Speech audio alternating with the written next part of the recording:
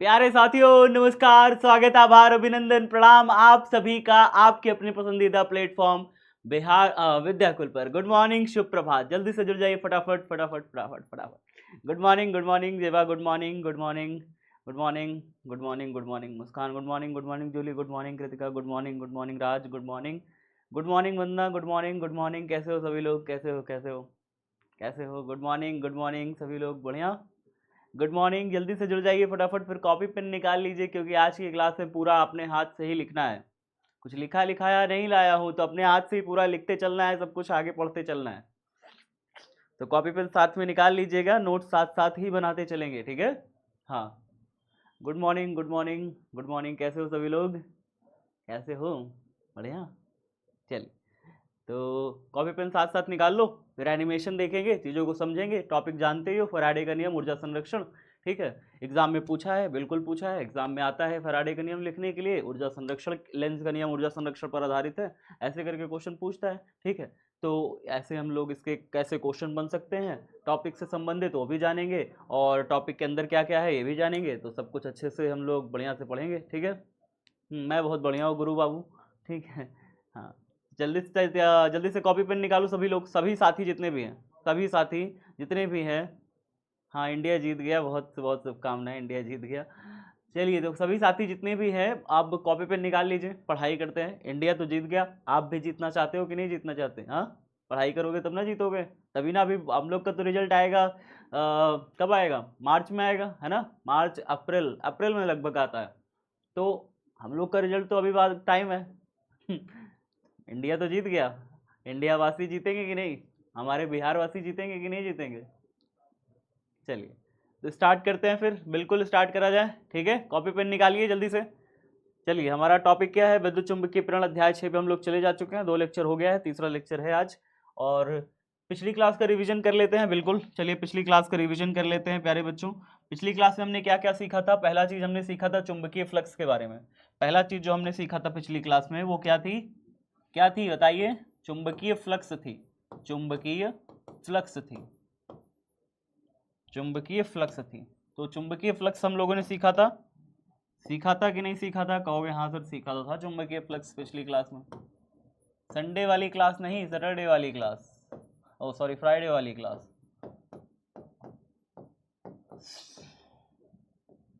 तो चुंबकीय फ्लक्स हमने पिछली क्लास में सीखा था। क्या होता है चुंबकीय फ्लक्स? याद दिलाऊं थोड़ा सा। चुंबकीय फ्लक्स होता है, आप जानते हैं कि कोई अगर चुंबक है, नॉर्थ पोल है, साउथ पोल है, तो नॉर्थ पोल से ना बल रेखाएं निकलती हैं और साउथ पोल में ऐसे चली जाती हैं। इस तरीके से नॉर्थ पोल से बल रेखाएं निकल के साउथ पोल में ऐसे घूम के चली जाती हैं।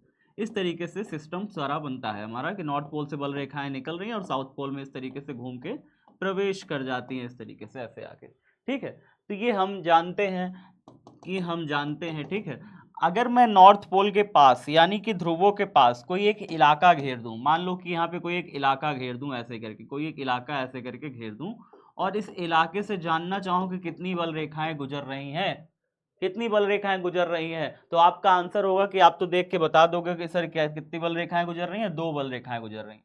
तो बल रेखाओं की इन्हीं संख्याओं को हम क्या कहते हैं? चुंबकीय फ्लक्स कहते हैं। तो चुंबकीय फ्लक्स क्या है? चुंबकीय बल रेखाओं की संख्या है, किसी क्षेत्रफल से होकर के गुजरने वाली चुंबकीय बल रेखाओं की संख्या है, चुंबकीय बल रेखा की संख्या, ठीक है, बल रेखा की संख्या है, ठीक है, और कुछ नहीं है। ये पहली बात तो हम ये जान चुके हैं कि चुंबकीय फ्लक्स माने चुंबकीय बल रेखा की संख्या किसी क्षेत्रफल से होकर के गुजरने वाली। अब ये क्षेत्रफल तो ठीक है, आपने काल्पनिक क्षेत्रफल मान लिया, लेकिन क्या ये चुंबकीय बल रेखाएं दिखती हैं? क्या ये चुंबकीय बल रेखाएं दिखती हैं? नहीं दिखती। तो जब दिखती ही नहीं है तो हम गिनती करके ऐसे बता नहीं सकते, और बहुत सारी होती हैं तो हम कैसे गिने, कैसे काउंट करें? तो फिर कहा गया ना भैया, एक फॉर्मूला आ गया है, वो फॉर्मूला है फाई बराबर, अब फाई के नीचे एम लगा सकते हैं, बी लगा सकते हैं, कुछ भी लगा सकते हैं, चलो मैं बी लगा देता हूं छोटा सा। तो कहते हैं कि ना जो चुंबकीय फ्लक्स है फाई बी बराबर, उसे कहते हैं कि चुंबकीय क्षेत्र की तीव्रता ले लीजिए, और यहाँ पे जो छोटा सा क्षेत्रफल आपने लिया है, अगर आप छोटा क्षेत्रफल लेंगे डी ए लेंगे तो यहाँ पे डी फाई हो जाएगा। अगर आप यहाँ पे डी ए नहीं लेंगे, यानी कि आप सिर्फ ए लेंगे, पूरा क्षेत्रफल लेंगे, तो यहाँ पे फाई ही रहेगा। बस इतनी सी बात ये कहते हैं कि फाई बराबर ना बी इंटू ए इंटू में कॉस थीटा। अगर आप इसे वेक्टर फॉर्म में लिखेंगे तो ऐसे लिखा जाएगा, और अगर आप इसे अदिश रूप में लिखेंगे, ये तो हो गया आपका सदिश रूप। ये क्या हो गया आपका, ये सदिश रूप है। ये क्या है, सदिश रूप है, ये सदिश रूप है। ठीक है, ये सदिश रूप है चुंबकीय फ्लक्स का। और अदिश रूप क्या होता है, अदिश रूप क्या होता है, अदिश रूप आप जानते हैं कि अदिश रूप जब हम इसका लिखते हैं तो फाई ऑफ बी बराबर हम इसमें लिखेंगे बी ए कॉस थीटा। क्या लिखेंगे, बी ए कॉस थीटा, यानी बी और ए के बीच में बनने वाला कोण भी कॉस थीटा भी लिखेंगे। वास्तव में जो फ्लक्स राशि है ना, ये जो चुंबकीय फ्लक्स है, ये एक अदिश राशि है। कैसी राशि है, ये एक अदिश राशि है, लेकिन इसको भी हम सदिश रूप में लिख सकते हैं, क्योंकि बी और ए दोनों सदिश हैं, इसलिए हम इसको सदिश रूप में लिख सकते हैं। ए क्या है, क्षेत्रफल है, बी क्या है, चुंबकीय क्षेत्र की तीव्रता है। तो मतलब यहाँ पर चुंबकीय क्षेत्र की तीव्रता अगर मैं बात करूँ इस छोटे से एरिया से जो चुंबकीय क्षेत्र की तीव्रता गुजरेगी, तो वो तो बल रेखा पर ऐसे जो बल रेखा ऐसे जा रही है, उस पर अगर आप ऐसे स्पर्श रेखा खींच देंगे तो वो बी की डायरेक्शन आ जाएगी। अगर आप ए की डायरेक्शन जानना चाहते हैं तो इस तल पर अभिलंब खींच दीजिए। तल पर क्या खींच दीजिए, बिल्कुल अभिलंब, यानी तल पर अगर आप 90 डिग्री ऐसे रेखा खींचते हैं तो वो ए की डायरेक्शन आ जाती है। तो बी और ए की डायरेक्शन के बीच में एक निश्चित कोण तो बन ही रहा है। बी और ए दोनों एक ही दिशा में नहीं है, एक निश्चित कोण पर बन रहे हैं। आपने स्पर्श रेखा खींची, जो यहाँ पे बल रेखा ऐसे जा रही थी, इस बल रेखा पर ऐसे स्पर्श रेखा खींच दी तो बी की डायरेक्शन मिल गई। और यहाँ पर तल पर आपने अभिलंब खींच दिया, अभिलंब ऐसे खींच दिया ए, तो बी और ए के बीच में एक निश्चित एंगल बन गया। तो बी और ए के बीच में अगर एक निश्चित एंगल बनता है तो परिभाषा नीचे वाली, कोण नीचे वाला बनेगा, रखा जाएगा, मान नीचे वाला रखा जाएगा, इस तरीके से। ठीक है, और अगर इनके बीच में सदिश रूप में लिखा जाएगा तो ऐसे। ठीक है, कुछ इस तरीके से। तो ये हमारी कुछ इक्वेशंस बन के निकल के आती हैं। ठीक है, कुछ इस तरीके से हमारी इक्वेशंस निकल के आती हैं। चलिए, अब ये अदिश और सदिश रूप के बाद हम क्या समझ पाते हैं कि भाई ये हमने जान लिया कि बल रेखाओं की संख्या को ही कहते हैं, बल रेखा की संख्या को ही हम चुंबकीय फ्लक्स कहते हैं। इतनी बात हमने जान ली। बल रेखा की संख्या को हम क्या कहते हैं, चुंबकीय फ्लक्स कहते हैं। निकालने का फॉर्मूला क्या है, ये है फॉर्मूला, निकालने का ये फॉर्मूला है। अदिश सदिश रूप में ये होता है, वास्तव में फॉर्मूला यही लगता है। अगर आप छोटा फ्लक्स, छोटा क्षेत्रफल ले रहे हैं, यानी यहाँ पे आप डी ए लेंगे तो यहाँ पे डी फाई हो जाएगा, बस इतना सा अंतर है। अगर यहाँ डी ए लेंगे तो यहाँ डी फाई हो जाएगा। अगर आप पूरा एरिया लेते हैं ए, तो फिर यहाँ पे ए हो जाएगा, तो यहाँ पे पूरा फाई रहेगा। ठीक है, तो इस तरीके से ये फॉर्मूला है, याद रखिएगा ये फॉर्मूले को, बस इतना सा फॉर्मूले को। ठीक है, क्या हो गई, बातचीत चालू है। सर मुझे फॉर्मूला शीट नहीं मिल रही है। अरे यार, फॉर्मूला शीट नहीं मिल रही, चैप्टर 5 की नहीं मिल रही। चलो फिर अभी बात करते हैं इस पर, मैं खोज के अभी देता हूँ। ठीक है, एक काम करूंगा, आज की क्लास पीडीएफ में मैं डाल दूंगा फॉर्मूला शीट। याद से आज की क्लास पीडीएफ में चैप्टर 5 का फॉर्मूला शीट डाल दूंगा, चेक कर लेना। जिन जिन बच्चों को नहीं मिली है प्लीज देख लेना। ठीक है, ठीक है, ठीक है, चलिए आगे बढ़े। तो सदिश रूप और अदिश रूप यहाँ पे हमारे पास हो चुका है। अब हमने इसको देख लिया भाई, चुंबकीय फ्लक्स ना हमने जान लिया क्या होता है। चुंबकीय बल रेखा की संख्या होती है, और चूंकि हम बल रेखा की संख्या काउंट नहीं कर सकते, असंख्य होती है, इसलिए हमने फॉर्मूला बनाया कि भाई फॉर्मूला ये होता है, पाई बराबर बी ए कॉस थीटा, बस इतना ही है फॉर्मूला। ठीक है, चलिए उसके बाद हम लोगों ने क्या पढ़ा था, याद है आपको? उसके बाद हम लोगों ने क्या पढ़ा था, फैराडे और हेनरी का एक्सपेरिमेंट देखा था, याद है? फैराडे और हेनरी का एक्सपेरिमेंट देखा था, फैराडे व हेनरी का एक्सपेरिमेंट देखा था, हेनरी का एक्सपेरिमेंट देखा था। ये क्या कहते हैं फैराडे और हेनरी के प्रयोग में? ये कहते हैं, क्या कहते हैं भाई साहब फैराडे और हेनरी के प्रयोग में? कहते हैं कि अगर किसी चुंबक और कुंडली के बीच में आपेक्षिक गति कराई जाए, मान लीजिए ये हमारी कुंडली है, मान लीजिए हमारी कुंडली है, और यहाँ पे एक चुंबक है, चुंबक और कुंडली के बीच में नॉर्थ पोल है, साउथ पोल है। अगर नॉर्थ पोल को पास में ले जाते हैं ना, कुंडली के पास में ऐसे नॉर्थ पोल को ले जाते हैं, तो जो हमारी कुंडली है उसमें क्या बहने लगती है? कुंडली में क्या बहने लगती है? धारा बहने लगती है। तो हमारे पास अगर यहाँ पे कुंडली होगी तो कुंडली में एक प्रकार की धारा बहने लगेगी। अगर आप नॉर्थ पोल को पास में ले जाएंगे तो यहाँ पे क्या बनेगा? नॉर्थ पोल को पास में ले आएंगे तो यहाँ पे क्या बनेगा? वो कहते हैं कि अगर आप नॉर्थ पोल को पास में ले आएंगे ना तो कुंडली में यहाँ भी नॉर्थ पोल बन जाएगा, ताकि कुंडली यहाँ पे अपोज करेगी, धक्का मारेगी, यहाँ पे पास आने का विरोध करती है। लेंज कहते थे कि यहाँ पे पास आने का कुंडली क्या करती है, विरोध करती है। अगर आप चुंबक के नॉर्थ पोल को पास ले आएंगे तो कुंडली यहाँ नॉर्थ बना लेगी। नॉर्थ एन कैसे बनता है बताइए, एन ऐसे ना बनता है, तो यहाँ पे ऐसे एन बनाइए ऐसे करके, ऐसे एन बनाइए ऐसे करके, तो आपको धारा की दिशा ऐसे मिल जाएगी। बस इसके ऊपर ऐसे बना दीजिए, इसके नीचे ऐसे बना दीजिए, आपको धारा की दिशा मिल जाएगी। मतलब इधर से धारा ऐसे जा रही है, इधर से धारा आ रही है, इधर से धारा आ रही है, नीचे ऐसे धारा आ रही है, तो इधर से धारा आ रही है, आप ऐसे बना दीजिए, और इधर से घूम के धारा, इधर से घूम के धारा इधर से ऐसे ऊपर होकर के ऐसे ऐसे जा रही है। ठीक है, तो इस तरीके से यहाँ पे करंट फ्लो होने लगता है। अगर आप नॉर्थ पोल के चुंबक को पास ले आते हैं तो धारा उधर से आकर के ऐसे ऐसे ऐसे ऐसे बहने लगती है। ये बात समझ में आई कि नहीं आई सारे बच्चों को? ठीक है, ये बात समझ में आई कि मान लीजिए कोई एक चुंबक है, उसका नॉर्थ पोल है, साउथ पोल है, नॉर्थ पोल को निकट लाते हैं तो फिर यहाँ पे क्या बनेगा, देखिए बड़ा सा बना देता हूँ इसे।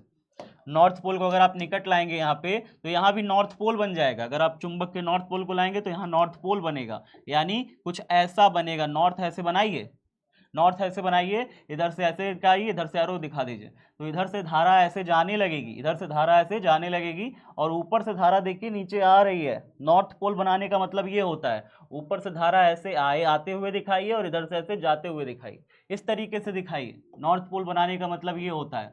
सीख पाए आप नॉर्थ पोल बनाने का मतलब? तो यहाँ से ऐसे धारा आ रही है, ऐसे दिखा दीजिए कि इधर से धारा आ रही है, इधर से धारा आ रही है, ऐसे जा रही है, ऐसे जा रही है, ऐसे, इस तरीके से। इस तरीके से कुंडली में धारा बहने लगती है जब आप नॉर्थ पोल को इधर पास में ले आते हैं। अगर वहीं साउथ पोल को इसके पास में ले आते तो क्या होता, साउथ पोल को इसके पास में ले आते तो क्या होता कुंडली के, यहाँ पे साउथ पोल को पास में ले आते तो क्या होता कुंडली के, यहाँ पे क्या बनता, यहाँ पे क्या बनता बताइए? साउथ पोल को पास में ले आते तो यहाँ पे बनता हमारा साउथ पोल। साउथ पोल कैसे बनता बताइए? एस कैसे बनता है? एस ऐसे ना बनता है, एस ऐसे बनता है, तो यहाँ पे एरो ऐसे दिखा दीजिए, एरो ऐसे दिखा दीजिए। साउथ पोल को पास ले आओगे कुंडली के तो यहाँ पे साउथ एस बन जाएगा, साउथ बन जाएगा ऐसे करके, ऐसे करके। यहाँ पे एरो ऐसे ऐसे, मतलब धारा किधर से जा रही है, धारा इधर से देखो, इस वाली कुंडली में किधर से जा रही है, इस वाली कुंडली में इधर से ऐसे नीचे जाएगी, और इधर वाली कुंडली से ऐसे ऊपर जाएगी। ऊपर जाएगी तो यहाँ से घूम के फिर ऐसे आगे जाएगी, फिर ऐसे घूम के आगे, फिर ऐसे घूम के आगे, फिर ऐसे घूम के आगे, फिर ऐसे घूम के आगे, फिर ऐसे घूम के आगे, फिर ऐसे ऐसे ऐसे ऐसे, धारा निकल गई बाहर। तो जब आप यहाँ पे साउथ पोल को पास में ले आओगे तो यहाँ पे साउथ पोल बन जाएगा, नॉर्थ पोल को पास में ले आओगे नॉर्थ पोल बन जाएगा। ये चीज सिखाए थे, ये चीज सिखाए थे ना पिछली क्लास में। आगे देखिए, आगे क्या कहता है, आगे कहता है कि अगर आप दूर ले जाते हैं तो क्या होता है। मान लीजिए पास ले आए तो ठीक समझ गए, लेकिन अगर आप यहाँ पे नॉर्थ पोल को दूर ले जाते हैं, बाहर ले जाते हैं, तब ये कुंडली हमारी कैसी व्यवहार करती है, तब ये कुंडली हमारी कैसी व्यवहार करती है वो देखिए। अगर आप बाहर ले जाते हैं नॉर्थ पोल को, दूर ले जाते हैं इस कुंडली से, तो ये साउथ पोल बना लेती है। ये क्या बना लेती है? साउथ पोल बना लेती है, और वापस से इसको खींचने का प्रयास करती है। तो कुंडली कितनी ज्यादा वो है, जटिल है कि भाई जब चुंबक को इसके पास ले आते हैं तो ये यहाँ पे नॉर्थ पोल बना लेगी और दूर फेंकने का प्रयास करेगी, यानी पास आने का विरोध करेगी। और यहाँ पे अगर इसको चुंबक को दूर ले जाएंगे, चुंबक को दूर ले जाएंगे तो कुंडली यहाँ साउथ पोल बना लेगी, यानी कि खींचने का प्रयास करेगी, यानी कि दूर जाने का भी विरोध कर रही है। क्या कर रही है? दूर जाने का विरोध कर रही है, अर्थात खींचने का प्रयास कर रही है साउथ पोल बना के। और अगर इसको पास ले आ रहे हैं तो फिर यहाँ पे क्या कर रही है, यहाँ पे नॉर्थ पोल बना ले रही है, यानी पास आने का विरोध कर रही है। ठीक है, बात समझ में आ रही है? तो पास आने का भी विरोध कर रही है, नॉर्थ पोल बना के ढकेल दे रही है, और दूर जाने का भी विरोध कर रही है कुंडली। यहाँ पे साउथ पोल बनाने के बाद मतलब यहाँ पे कैसे हो गया, धारा देखिए, इधर से धारा इधर आने लगी, इधर से धारा इधर आने लगी, इधर से ऐसे घूम के ऐसे जाने गई, फिर ऐसे गई, फिर ऐसे गई, फिर ऐसे गई, फिर ऐसे, फिर ऐसे, फिर ऐसे, इस तरीके से घूमते घूमते घूमते घूमते धारा इधर से ऐसे चली गई। बात समझ में आ रही है? धारा अपने आप ही पैदा हो रही है, अपने आप ही धारा पैदा हुई कुंडली में, अपने आप ही धारा पैदा हुई है कुंडली में। क्यों पैदा हुई अभी हम इसके ऊपर चर्चा करेंगे। लेंज नाम के इंसान ने बताया था, लेंज नाम के इंसान ने बताया दुनिया को धारा क्यों पैदा हुई, वजह क्या थी धारा पैदा होने की। ठीक है, अब इसके बारे में चर्चा करेंगे। ठीक है, तो भाई ये हो गया बात। अगर मैं इसके यहाँ पे क्या करूँ, अगर मैं यहाँ पे नॉर्थ पोल है और साउथ पोल है, सॉरी साउथ पोल यहाँ पे बना देते हैं, नॉर्थ पोल इधर बना देते हैं। साउथ पोल है, नॉर्थ पोल है, साउथ पोल को ऐसे दूर ले जा रहे हैं, ऐसे चुंबक को पीछे खींच रहे हैं, चुंबक को ऐसे पीछे खींच रहे हैं, तब क्या होगा, चुंबक को पीछे खींचने पर क्या होगा भाई, चुंबक को पीछे खींचने पे क्या होगा, चुंबक के पीछे खींचने पे होगा ये कि जैसे ही आप चुंबक को पीछे खींचेंगे यहाँ पे बन जाएगा नॉर्थ। नॉर्थ कैसे, एन कैसे बनेगा, एन ऐसे बनता है, तो एन को ऐसे बनाओ, ठीक है, एन को ऐसे बनाओ, ऐसे करो, तो यहाँ पे धारा इस दिशा में ऐसे आएगी, इस दिशा में ऐसे धारा आएगी, इधर से धारा आ रही है और इधर से धारा ऐसे जा रही है, इधर से ऐसे धारा जा रही है, इधर से ऐसे धारा जा रही है, तो इधर से धारा ऐसे घूम के आई है, ऐसे निकल गई, ठीक है, इस दिशा में धारा आ रही है, इधर से धारा आ रही है, इधर से धारा ऐसे आ रही है घूम के ऐसे, इधर से धारा ऐसे आ रही है घूम के ऐसे, घूम के ऐसे जा रही है, इस दिशा से ऐसे ऐसे घूम के जा रही है, इधर से धारा आ रही है घूम के ऐसे जा रही है। बात समझ में आ रहा है? जब मैं साउथ पोल को पास ले आता हूं तो ये नॉर्थ पोल बनाती है ताकि खींचे पास में लाके, अगर मैं नॉर्थ पोल को दूर ले जाता हूं तो ये क्या करती है, साउथ पोल बना लेती है ताकि खींचे, साउथ पोल को दूर ले जाता हूं तो नॉर्थ पोल बना लेती है ताकि खींचे, खींचने का प्रयास करती है, दूर जाने का विरोध कर रही है, दूर जाने का विरोध कर रही है, और फिर पास लाने का भी विरोध कर रही है। नॉर्थ पोल बनाएंगे तो यहाँ नॉर्थ पोल बना लेगी और यहाँ पे क्या करेगी, पास लाने का विरोध करेगी, धारा उधर बहाने लगेगी। साउथ पोल ले जाएंगे तो साउथ पोल बना लेगी और यहाँ पे धारा उधर से बहाने लगेगी, इस दिशा में बहाने लगेगी। पास लाने का विरोध, दूर जाने का विरोध। क्या समझ में आया मेरी बात? जल्दी बताइए, क्या समझ में आया मेरी बात सबको?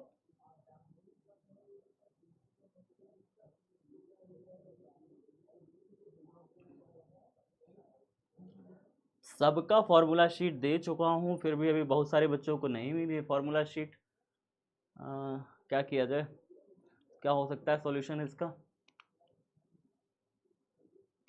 देखो चैप्टर 3 देखो, अब अभी तो आप कमेंट बॉक्स में लिख देना प्यारे बच्चों, जिनके पास बच्चों के पास होगा वो आपको भेज देंगे पक्का से, और मदद कर दिया करिए एक दूसरे की, ठीक है। जिन बच्चों के पास हो कमेंट बॉक्स में आप डाल दीजिएगा, डाउट सेक्शन में डाल दीजिएगा, आपको मिल जाएगी, बच्चे भेज देंगे, बहुत अच्छे बच्चे हैं, बहुत प्यारे बच्चे हैं हमारे, ठीक है। चलिए अब बस हाँ 35 नंबर वाली क्लास में अगले संडे को लाऊंगा पक्का, अभी उस पर बहुत काम करना था इसलिए थोड़ा सा इस बार रह गई, ठीक है।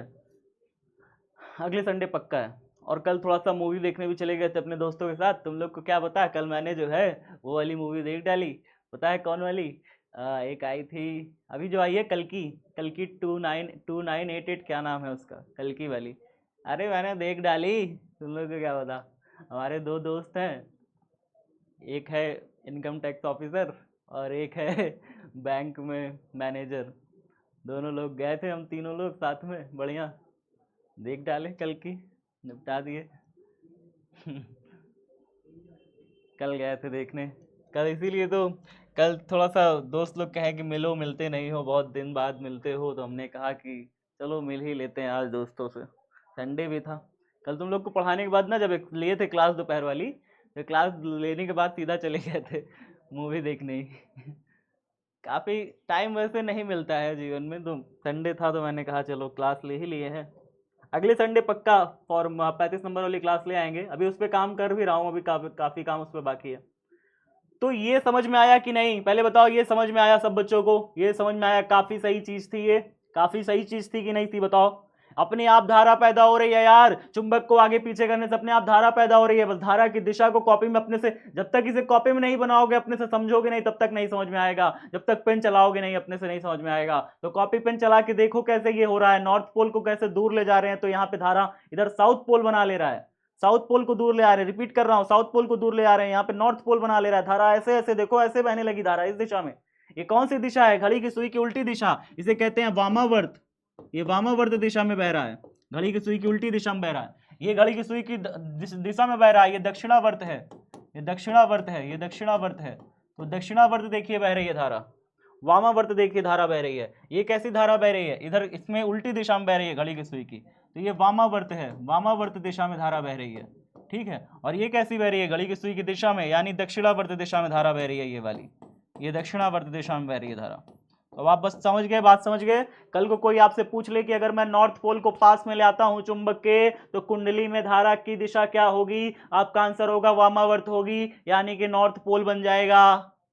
अगर कल को कोई पूछ ले दक्षिणावर्त मैं चुंबक को पास में लाता हूं, कुंडली के स्थिर कुंडली के पास में लाता हूं, बताओ कुंडली में धारा की दिशा क्या होगी? आप कहोगे दक्षिणावर्त होगी धारा की दिशा, ठीक है, बात समझ गए। कल को कोई पूछ ले कि अगर मैं नॉर्थ पोल को दूर ले जाता हूं कुंडली से, तो बताइए यहाँ पे धारा की दिशा क्या होगी? आपका आंसर होगा दक्षिणावर्त होगी घड़ी की सुई की दिशा में, क्योंकि साउथ पोल बन जाएगा। और अगर कल को कोई पूछ ले तो यहाँ पे चुंबक को मैं साउथ पोल को दूर ले जाऊंगा, कुंडली में हमारी धारा की दिशा क्या होगी, क्वेश्चन ऐसे ही बनेगा, क्वेश्चन ऐसे ही बनेगा, तो यहाँ पे आप कहोगे कि वामावर्त धारा की दिशा होगी। क्वेश्चन इसका ऐसे ही बन सकता है, समझ गए क्वेश्चन कैसे बनेगा। हाँ यार अभी बात मत करो प्लीज, बहुत सारे काम है, बहुत सारी चीजें पढ़ानी है, बातचीत करोगे तो मैं व्यस्त हो जाऊंगा, फिर चीजें कुछ पढ़ा नहीं पाऊंगा, बस बात खत्म यहीं पे हो जाएगी। चलो आगे देखो, आज हमें क्या क्या पढ़ना है, विद्युत चुंबकीय प्रेरण पढ़ना है, फैराडे के नियम पढ़ने हैं, लेंज का नियम और ऊर्जा संरक्षण। ये 3 टॉपिक जब तक नहीं पढ़ेंगे क्लास छूटेगी नहीं, तो छुट्टी कहना भी मत, ठीक है। हेडिंग डालो सभी बच्चे कॉपी में, विद्युत चुंबकीय प्रेरण की परिभाषा। चलिए हेडिंग डालिए कॉपी में जल्दी से, विद्युत चुंबकीय प्रेरण की परिभाषा, जल्दी डालिए जल्दी डालिए। हो गया सबका कॉपी में हेडिंग, पढ़ गई, पेन चलाओ जल्दी से, अब रुकना नहीं है, स्लो नहीं पढ़ना बिल्कुल भी। पेन चल रही है कि नहीं। विद्युत चुंबकीय प्रेरण की परिभाषा, ठीक है, क्या होता है ये विद्युत चुंबकीय प्रेरण, इसके बारे में समझेंगे, ठीक है। तो सबसे पहले यहाँ पे आपको 2 डायग्राम बनाना है और उसके बाद आपको समझना है, ठीक है। देखिए इस डायग्राम में कहना क्या चाह रहा हूँ, इस डायग्राम में कहना क्या चाह रहा हूँ, यहाँ पे देखिएगा।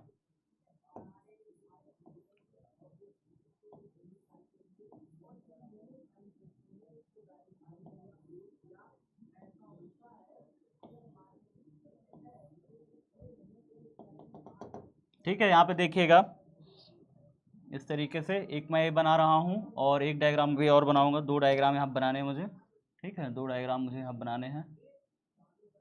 यहाँ पे एक डायग्राम बन गया और एक और यहाँ बना देता हूँ।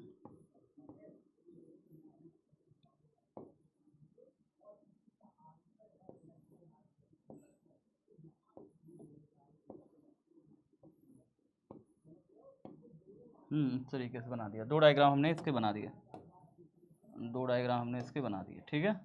अब देखते जाइए ध्यान से, इस 2 डायग्राम में मैं क्या क्या आपको बताना चाह रहा हूँ वो भी ध्यान से देखिएगा, ठीक है। 2 डायग्राम में मैं क्या क्या आपको बताना चाह रहा हूँ वो भी ध्यान से देखिए। ये नॉर्थ पोल आप देख पा रहे हो, नॉर्थ पोल से निकल रही है बल रेखाएं, नॉर्थ पोल से बल रेखाएं निकल रही है, नॉर्थ पोल से बल रेखाएं निकल रही है। अब जब इसकी व्याख्या के बारे में आई ना कि धारा पैदा क्यों हो रही थी, अब जब इसकी व्याख्या आई कि भाई धारा आखिरकार पैदा हो क्यों रही है, चुंबक आगे पीछे कर रहे हैं, धारा पैदा हो रही है, ये क्या बात हो गई भाई, कुंडली में अपने आप धारा पैदा हो रही है यार, ये क्या बात हो गई। आप सोचो ये जादू नहीं है, आप कहोगे हाँ सर जादू तो है, जादू तो है, पर ये जादू हो कैसे रहा है। अब ये जादू पीछे की वजह खोजने के लिए वैज्ञानिक तड़प गए कि भाई आखिरकार जादू हो कैसे रहा है। तो फिर उन्होंने कहा कि ये सारा खेल चुंबक के आगे पीछे करने से है, चुंबक के आगे पीछे करना रोक देते हैं ना तो फिर ये जादू नहीं होता। लेकिन हम जानते थे, वैज्ञानिक जानते थे कि चुंबक से एक काल्पनिक रेखाएं निकलती हैं, काल्पनिक बल रेखाएं निकलती हैं, नॉर्थ पोल से बल रेखा ऐसे बाहर की तरफ निकलती है, वैज्ञानिक लोग जानते थे, फराडे लोग जानते थे। तो उन्होंने कहा कि यहाँ पर अगर कोई एक कुंडली का कोई एक फेरा रख दें, अगर यहाँ पे उन्होंने कहा कि कोई एक कुंडली का फेरा ऐसे रख दें, ऐसे रख देते थे, ऐसे रख दें कुंडली का फेरा, ठीक है, इस तरीके से कोई एक कुंडली का फेरा अगर उन्होंने कहा कि ऐसे रख दे ना, ऐसे रख दे इस पॉइंट पे। अब देखो इस पॉइंट पर कितने बल रेखा इसमें से होकर गुजर रही है, कितनी बल रेखा होकर के गुजर रही है इस फेरे से, बताओ।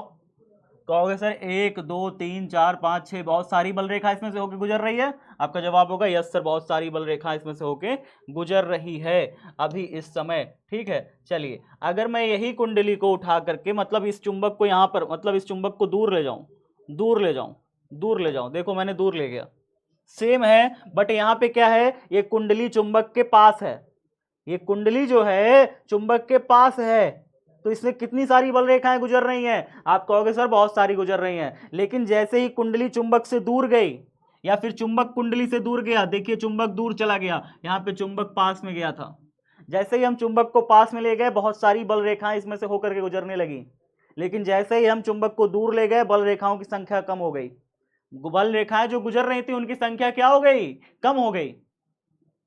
तो उन्होंने कहा हो सकता है इसी वजह से सब खेल हो रहा हो, बाकी और तो कुछ समझ में नहीं आ रहा वैज्ञानिकों को कि ऐसा क्यों हो रहा है, धारा कैसे पैदा हो रही है। उन्होंने कहा कि हो सकता है बस यही वजह हो कि नॉर्थ पोल को हम पास ले आते हैं ना, जब चुंबक को पास ले आते हैं कुंडली से तो ज्यादा बल रेखा गुजरती है, और चुंबक को कुंडली से दूर ले आते हैं तो कम बल रेखा गुजरती है, यानी कि यहाँ पे जब पास ले आते हैं तो फ्लक्स ज्यादा होता है, बल रेखा ज्यादा गुजरने का मतलब क्या हुआ, फ्लक्स ज्यादा है, और यहाँ पे जब बल रेखा को मतलब चुंबक को दूर ले जाते हैं, दूर ले जाते हैं, यहाँ पे लिख दीजिएगा दूर ले जाने पर, दूर ले जाने पर, दूर ले जाने पर यहाँ पे लिखिएगा कि भाई साहब बल रेखा कम गुजर रही है, देखिए सिर्फ एक गुजर रही है कुंडली से, आप चुंबक को दूर कर दिए हो, कुंडली और चुंबक को, और यहाँ पे क्या हो गया, पास ले जाने पर, यहाँ लिखिएगा पास ले जाने पर, पास ले जाने पर। जब आप पास ले जाते हो तो फिर यहाँ पर ज्यादा बल रेखा गुजर रही है, यानी फ्लक्स ज्यादा गुजर रहा है, फ्लक्स ज्यादा गुजर रहा है। और यहाँ पे जब दूर ले जा रहे हो तो फ्लक्स क्या हो जा रहा है, कम हो जा रहा है। फ्लक्स क्या हो जा रहा है बताइए, कम हो जा रहा है। तो क्या बताइए, फ्लक्स में परिवर्तन हो रहा है, बताइए फ्लक्स में परिवर्तन हो रहा है, ज्यादा कम हो रहा है, इसका मतलब क्या हो रहा है, फ्लक्स में परिवर्तन हो रहा है। अगर फ्लक्स ज्यादा हो रहा है, कम हो रहा है, यानी बल रेखा कभी ज्यादा गुजर रही है, कम गुजर रही है, तो इसका मतलब फ्लक्स में परिवर्तन, बल रेखाओं की संख्या में परिवर्तन हो रहा है। कभी बल रेखा ज्यादा, कभी कम, कभी कभी कम। आप पास में ले जा रहे हो ज्यादा बल रेखा, दूर ले जा रहे हो कम बल रेखा, पास ले जा रहे हो ज्यादा बल रेखा, दूर ले जा रहे हो कम बल रेखा, माने कि बल रेखाओं की संख्या में परिवर्तन हो रहा है। बात समझ में आ रहा है कि नहीं समझ में आ रहा है, बताओ जल्दी से। तो बल रेखाओं की संख्या में परिवर्तन हो रहा है, ये बात हम जान पा रहे हैं बहुत अच्छे से, ठीक है। तो बल रेखाओं की संख्या में परिवर्तन, इसी को कहते हैं फ्लक्स में परिवर्तन होना। क्या कहते हैं, इसी को फ्लक्स में परिवर्तन होना। तो चलिए देख लेते हैं फटाफट, जल्दी जल्दी जल्दी जल्दी चीजों को देख लेते हैं फटाफट, और फिर हम जानते हैं कि इसको लिखते कैसे हैं, चुंबकीय प्रेरण की परिभाषा हम कैसे लिखेंगे। ध्यान से देखिएगा, जो ये फ्लक्स में परिवर्तन हो रहा है, इसी कारण से ये जो फ्लक्स में परिवर्तन हो रहा है, यानी कभी ज्यादा बल रेखा गुजरी, कभी कम बल रेखा, फ्लक्स में परिवर्तन की वजह से ही इसके सिरों पर एक प्रकार का वैद्युत वाहक बल उत्पन्न हो जाता है। क्या उत्पन्न हो जाता है बताइए, वैद्युत वाहक बल। आपको याद है वैद्युत वाहक बल क्या होता है, वैद्युत वाहक बल क्या होता है आपको याद है, चैप्टर 3 में आपने पढ़ रखा था इलेक्ट्रोमोटिव फोर्स, चैप्टर 3 में पढ़ रखा था इलेक्ट्रोमोटिव फोर्स, यानी वह बल जो कि चालक के अंदर इलेक्ट्रॉनों को खींचता है और गति करने के लिए मजबूर कर देता है, इलेक्ट्रॉनों को गति कराने के लिए सक्षम होता है। जो चालक के अंदर इस यहाँ पे जो कुंडली देख रहे हैं, कुंडली किसकी बनी है, चालक की बनी है, तांबा की बनी है, और जितने भी चालक पदार्थ हैं उनकी बनी है। जब कुंडली मेरी चालक की बनी होती है, ये कुंडली जो देख रहे हैं वो चालक पदार्थ की बनी है, इसके अंदर बहुत सारे इलेक्ट्रॉन होते हैं। उन इलेक्ट्रॉन अभी तो स्थिर रूप में थे, लेकिन जैसे ही चुंबक को आगे पीछे करने लगे, उन इलेक्ट्रॉनों पर लगने लगा एक प्रकार का विशेष बल, उसी को हम कहते हैं विद्युत वाहक बल, जिसके कारण वो इलेक्ट्रॉन मूव करने लग गए, गति करने लग गए। और इलेक्ट्रॉनों की गति को ही हम क्या कहते हैं, विद्युत धारा कहते हैं। आवेशों की गति को ही तो हम विद्युत धारा कहते हैं, यानी कि विद्युत धारा बहने लग जाती है। बात समझ में आया, बात समझ में आया, कितना सिंपल है। जब हम इसको पास दूर ले जाते हैं, पहले तो इलेक्ट्रॉन इसके स्थिर रहते हैं, सब आराम से सोए पड़े रहते हैं, इधर उधर कोई भी रैंडम व्यवस्थित रहते हैं सब, लेकिन जैसे ही हम इसको आगे पीछे करते रहते हैं, तो यहाँ पे जितने भी इलेक्ट्रॉन होते हैं हमारे इस चालक छड़ के अंदर, चालक कुंडली के अंदर, वो सारे इलेक्ट्रॉनों पर लगता है एक प्रकार का विशेष बल, और उस बल के कारण इन पर क्या होता है, उस बल को ही हम कहते हैं विद्युत वाहक बल, जिसके कारण क्या होता है, ये इलेक्ट्रॉन चलने के लिए बेचारे मजबूर हो जाते हैं, ये सब एक दिशा में स्थिर हो जाते हैं, एक दिशा में चलने के लिए मजबूर हो जाते हैं, और फिर हमारा धारा प्रवाहित होने लगती है। क्या बहने लगती है, परिपथ में धारा बहने लगती है, ठीक है। तो हम यहाँ पे क्या लिखेंगे कि भाई साहब, फ्लक्स परिवर्तन की वजह से ही विद्युत वाहक बल पैदा होता है कुंडली के अंदर, जिसके कारण हमारी कुंडली में क्या बहने लगती है, एक धारा बहने लगती है। उस धारा को हम कहते हैं प्रेरित धारा। क्या कहेंगे उस धारा को, प्रेरित धारा। क्या कहेंगे, प्रेरित धारा कहेंगे। और ये जो विद्युत वाहक बल पैदा होता है अपने आप, जिसके कारण धारा बह रही है, इस विद्युत वाहक बल को कहते हैं प्रेरित विद्युत वाहक बल। क्या कहते हैं, प्रेरित विद्युत वाहक बल। Induced electromotive force. क्या कहेंगे, इंड्यूस्ड इलेक्ट्रोमोटिव फोर्स कहेंगे। एक ऐसा बल जो चालक के अंदर, चालक कुंडली के अंदर विद्युत धारा प्रेरित करने के कारण, विद्युत धारा को प्रेरित करने की वजह है। एक ऐसा बल, एक ऐसा ताकत जो कि चालक के अंदर विद्युत वाहक बल पैदा कर धारा पैदा करने की वजह है, वो क्या कहलाता है, प्रेरित विद्युत वाहक बल। और ये कैसे पैदा हुआ है, चुंबक को आगे पीछे करने, यानी कि फ्लक्स में निरंतर परिवर्तन होने की वजह से। फ्लक्स परिवर्तन हुआ, चुंबक को आगे पीछे किए, फ्लक्स परिवर्तन हुआ, जिसके कारण यहाँ पे विद्युत वाहक बल पैदा हुआ। और विद्युत वाहक बल पैदा होने की वजह से कुंडली में क्या बहने लग गई, धारा अपने आप बहने लग गई। इलेक्ट्रॉन आगे पीछे भागने लग गए, एक दिशा में, एक ही दिशा में भागने लग गए, जिसके कारण धारा बह रही। और धारा बही तो इसका मतलब क्या हुआ, इस धारा को क्या कहेंगे, प्रेरित धारा कहेंगे। प्रेरित हुई है, अपने आप प्रेरित हुई, अपने आप बही है। जो भी धारा अपने आप बहेगी उसे हम क्या कहेंगे, प्रेरित धारा कहेंगे। बिना बैटरी के, बिना कुछ किसी चीज के जो धारा बह जाए उसे हम क्या कहते हैं, प्रेरित धारा कहते हैं। ठीक है, बात समझ में आई। तो ये धारा कौन सी धारा होगी, प्रेरित धारा होगी। चलिए अब इसको लिख लेते हैं, थोड़ा सा लिख लेते हैं। लिखिए, जब किसी चुंबक व कुंडली के बीच में, सब बच्चे कॉपी निकालो फटाफट। जब किसी चुंबक व कुंडली के बीच में, कुंडली के बीच आपेक्षिक गति कराते हैं, क्या कराते हैं, आपेक्षिक गति कराते हैं, आपेक्षिक गति कराते हैं, गति कराते हैं, तो कुंडली से होकर, कुंडली से होकर, कुंडली से होकर गुजरने वाले, कुंडली से होकर गुजरने वाले फ्लक्स के मान में, फ्लक्स के मान में क्या होता है, फ्लक्स के मान में, कुंडली से होकर के गुजरने वाले फ्लक्स के मान में परिवर्तन होता है, परिवर्तन होता है, परिवर्तन होता है,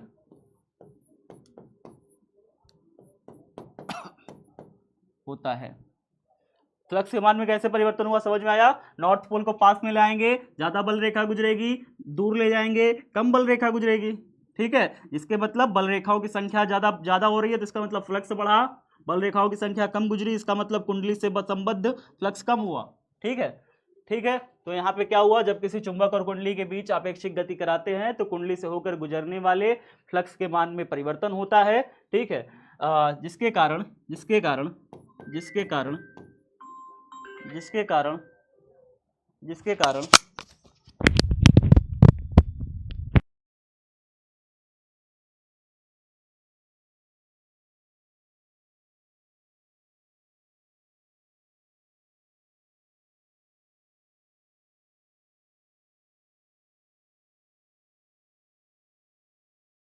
पढ़ाई लिखाई नहीं करना है, बातचीत चल रही है, डायग्राम बनाना है, हाँ डायग्राम बनाना है, बिल्कुल बनाना है। आवाज आ रही है मेरी, आवाज आ रही है मेरी।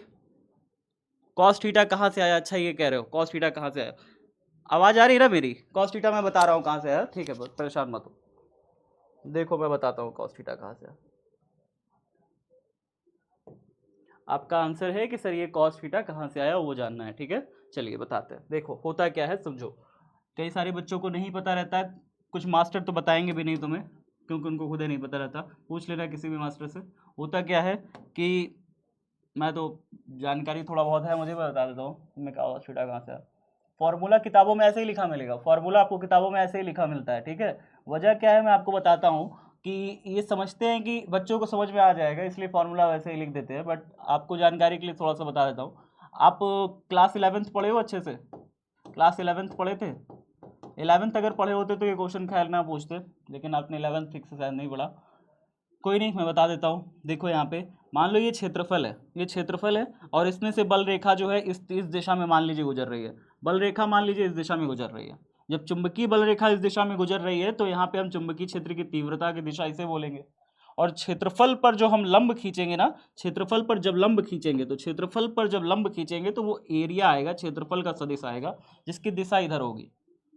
अब आपको क्या करना होता है प्यारे बच्चों, जो हमारा चुंबकीय क्षेत्र की तीव्रता है ना उसको जो है इस दिशा में लेना होता है घटक, उसका इस दिशा में घटक लेना है, यानी क्षेत्रफल की दिशा में घटक चाहिए।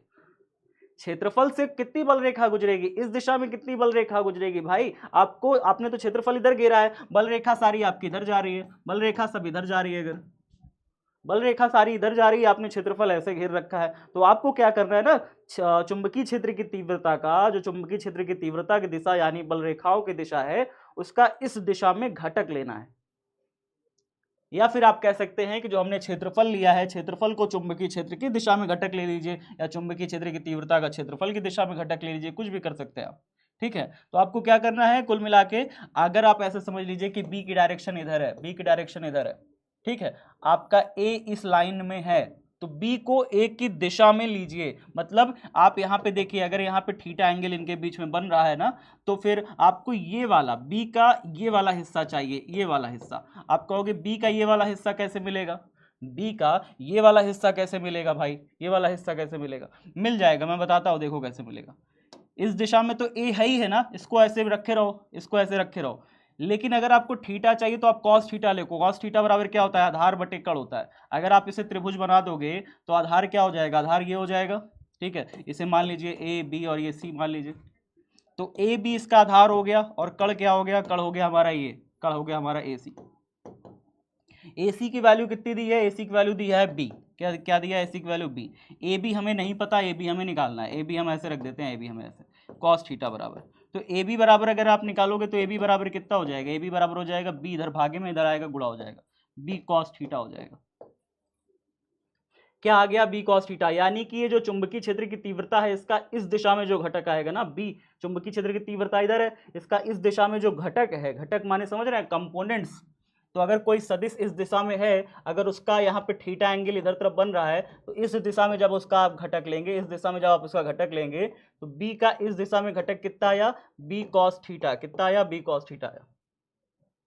आपने क्षेत्रफल सदिश इधर ही घेरा था, क्षेत्रफल सदिश इधर ही घेरा था, तो क्षेत्रफल ए की डायरेक्शन भी इधर ही है, ए की डायरेक्शन भी इधर है, तो चुंबकीय क्षेत्र की तीव्रताओं का क्षेत्रफल की दिशा में आप घटक ले लीजिए, ए का बी की दिशा में जो घटक है ए इंटू बी कॉस थीटा, तो आप इसे मल्टीप्लाई करेंगे, क्या आप इसे बी ए कॉस थीटा नहीं लिख सकते, तो वास्तव में ये आप कुछ कर नहीं रहे हो, बी का ए से ही मल्टीप्लाई कर रहे हो, बी का ए से ही मल्टीप्लाई कर रहे हो, लेकिन अगर बी ए की डायरेक्शन में है या नहीं है तो क्या करोगे, बी और ए दोनों अगर अलग अलग डायरेक्शन में है, क्षेत्रफल की दिशा अलग है और चुंबकीय क्षेत्र की तीव्रताओं की दिशा इधर अलग अलग है, बी की डायरेक्शन अलग है, तो आप क्या करोगे, बी का ए की डायरेक्शन में घटक तोड़ोगे, बी का ए की डायरेक्शन में हिस्सा तोड़ोगे, तो जब बी का ए की डायरेक्शन में हिस्सा तोड़ोगे तो फिर क्या हिस्सा टूट के आया, देखिए बी का बी इधर है, ये आपको बेस चाहिए, आधार इस दिशा में घटक चाहिए, तो आप क्या करोगे, कॉस थीटा बराबर आप त्रिभुज जैसी आकृति ऐसे खींच लोगे, आप यहाँ पे क्या करोगे, ए बी सी त्रिभुज बन गया, आधार बटे कण होता है, कॉस थीटा लगाइए, आधार बटे कण, आपको आधार चाहिए ना, आधार चाहिए, बी का इस दिशा में घटक चाहिए, इस दिशा में घटक चाहिए, तो ए बी हो गया इसका, ए बी हो गया इसका आधार और ए सी हो गया इसका कण, ये रख दिया हमने, एसी कण हमें दिया हुआ है बी, हमने रख दिया ए बी बराबर, तो ए बी बराबर कितना बचा, बी भागे में, उधर गया भाग में, कॉस थीटा। समझ में आया, समझाने को तो समझा देंगे, समझ में आया कि नहीं आया, चुंबकीय क्षेत्र की तीव्रता का क्षेत्रफल की दिशा में घटक बी कॉस थीटा का जब हम क्षेत्रफल सदिश से गुणा करेंगे तब जाकर के हमें मिल जाएगा इस क्षेत्रफल से होकर के गुजरने वाला चुंबकीय फ्लक्स, कॉस थीटा ही क्यों लेंगे, अच्छा ये भी आंसर है, अरे यार कॉस थीटा क्यों लोगे, क्षेत्रफल की दिशा में घटक ले रहे हो ना, क्षेत्रफल की दिशा में, अब मान लो चुंबकीय क्षेत्र की तीव्रता इधर है और क्षेत्रफल आपने ऐसे घेर रखा है, क्षेत्रफल का तो लंबवत होगा, क्षेत्रफल की दिशा तो ए लंबवत होगी, तो बी का इस दिशा में घटक, ये इस दिशा में घटक लोगे ना, बी का इस दिशा में घटक लोगे, बी और ए के बीच में थीटा एंगल बन रहा है, आपको आधार चाहिए कि नहीं चाहिए, आधार चाहिए ना भाई, आधार चाहिए, और आधार मुझे कौन दे सकता है, आधार कॉस में ही तो होता है, कॉस के फॉर्मूले में होता है आधार बटे कण, साइन में तो लंब बटे कण होता है, टैन में होता है लंब बटे आधार, यहाँ पे लंब हमें पता नहीं है, एंगल के सामने वाली भुजा हमें तो पता ही नहीं है, लंब तो हमें पता ही नहीं है त्रिभुज का, हमें बी का इस दिशा में घटक चाहिए ना भाई, तो बी का इस दिशा में घटक जब निकालोगे, क्षेत्रफल की दिशा में जब घटक निकालोगे तो वो आएगा बी कॉस थीटा, क्या आएगा, बी कॉस थीटा, बात समझ में आई, वो कॉस थीटा इसलिए लगा है ताकि आप आधार निकाल सको, टैन लगाते तो आधार ना निकाल पाते, टैन में होता है लंब बटे आधार, अब साइन में होता है लंब बटे कण, तो लंब आ जाता, लंब का तो कोई रोल है नहीं है, लंब तो चाहिए भी नहीं हमें, बी का क्षेत्रफल की दिशा में जो हिस्सा है वो लेना होता है, तो बी की डायरेक्शन इधर है, क्षेत्रफल की डायरेक्शन इधर है, अगर दोनों के बीच में थीटा एंगल बन रहा है तो बी का क्षेत्रफल की दिशा में घटक ले लीजिए, बी कॉस थीटा, उसको क्षेत्रफल से मल्टीप्लाई कर दीजिए, क्योंकि दोनों अब एक ही डायरेक्शन में हो गए, क्षेत्रफल इसी डायरेक्शन में, बी कॉस थीटा भी इसी डायरेक्शन में हमें मिल गया, तो बी कॉस थीटा का ए से मल्टीप्लाई कर दीजिए, तो जाकर के हमें फाई मिलता है। इसी प्रकार से बल और कार्य होता है, आपको बता दूं हाई स्कूल में बल और कार्य के बच्चों को बहुत सारी समस्या रहती है कि किसी बॉक्स पर बल लगाया और बल लगा करके बॉक्स को इसी डायरेक्शन में विस्थापित कर दिया, तब तो सही है, लेकिन अगर बल लगा करके मैंने बॉक्स को इधर विस्थापित कर दिया, बॉक्स इधर विस्थापित हो गया और यहाँ पे बल इस दिशा में लग रहा है, बल इस दिशा में लग रहा है, विस्थापन इस दिशा में हो रहा है बॉक्स का, और इनके बीच में एंगल थीटा बन रहा है, तो विस्थापन का फिर हम इस दिशा में घटक तोड़ते हैं, बल की दिशा में घटक तोड़ते हैं, बल की दिशा में विस्थापन जो होता है उसे कार्य कहते हैं, बल की दिशा में जो विस्थापन होता है उसे कार्य करते हैं, तो डी का जो विस्थापन हुआ है, विस्थापन का बल की दिशा में घटक लेंगे तो डी कॉस थीटा निकल के आता है, डी कॉस थीटा को जब हम एफ से मल्टीप्लाई करते हैं तो जाके कार्य निकल के डब्ल्यू आता है। सेम कंसेप्ट, जो फ्लक्स का कंसेप्ट लगता है वही हमारा कार्य का भी कंसेप्ट है, सेम, बिल्कुल सेम, कुछ अंतर नहीं है। ए यार कितनी सारी कंफ्यूजन तुम लोगों को कहाँ से है, ऐसे ही आ जाता है हवा में, मान लो हवा में आ गया, अब कहाँ से कितना बताया तुमको, बेसिक तुम्हारा बिल्कुल कमजोर है, मान लो कुछ ना कुछ हवा में आ गया, आप क्या बताएं? फॉर्मूला रट लो यार, जब समझ में नहीं आ रहा क्या 11 कमजोर है ना, क्या करोगे? 11 कमजोर है, क्या करा जाए? एक लड़का कह रहा है सेक ले लीजिए। सेक का क्या करेंगे? सेक का उल्टा होकर के कॉस तो बन ही जाएगा ना। सेक ले लीजिए, सेक का उल्टा होकर के कॉस नहीं बन जाएगा? पता है कि नहीं पता? ये फॉर्मूला रट लो, नहीं समझ में आ रहा है तो कोई दिक्कत की बात नहीं है, ठीक है। बी ए कॉस थीटा मल्टीप्लाई कर दो, बस आराम से, सिंपल सा वो तुमसे कह रहा है कि फ्लक्स बराबर बी ए कॉस थीटा। यहाँ पे जब इसकी परिभाषा लिखते हो ना चुंबकीय फ्लक्स की, तो चुंबकीय फ्लक्स की परिभाषा क्या कहती है? चुंबकीय फ्लक्स की परिभाषा कहती है कि चुंबकीय क्षेत्र से अभिलंबवत गुजरने वाली बल रेखाओं की संख्या। चुंबकीय क्षेत्र से अभिलंबवत मतलब जो आप क्षेत्रफल घेरोगे ना, चुंबकीय क्षेत्र में स्थित किसी क्षेत्रफल से अभिलंबवत गुजरने वाली बल रेखाओं की संख्या।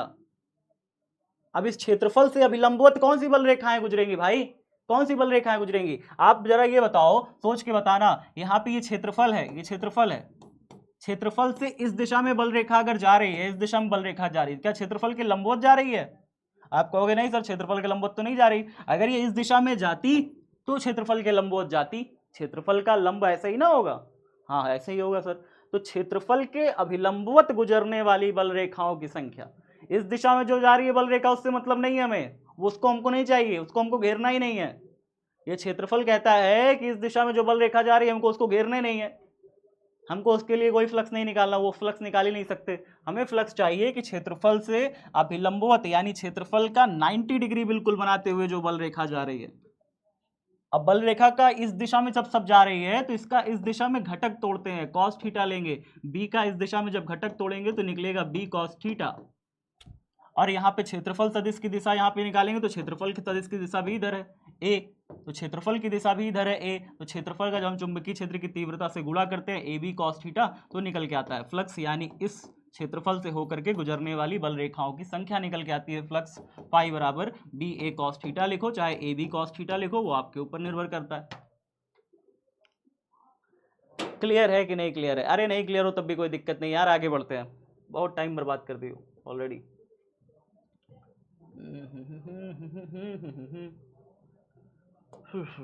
चलो देखो यहाँ तक लिखा है कि नहीं लिखा सबका? जब किसी चुंबक और कुंडली के बीच आपेक्षिक गति कराते हैं तो कुंडली से होकर गुजरने वाले चुंबकीय फ्लक्स के मान में परिवर्तन होता है, ठीक है, जिससे परिपथ में एक प्रेरित विद्युतवाहक बल उत्पन्न हो जाता है, जिससे परिपथ में एक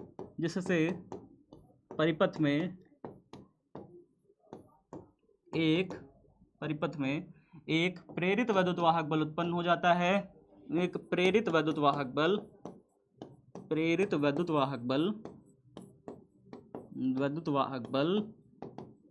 उत्पन्न हो जाता है,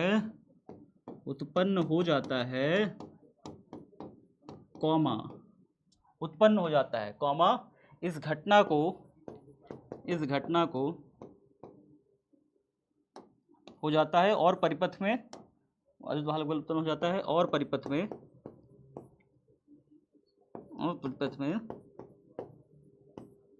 प्रेरित धारा बहती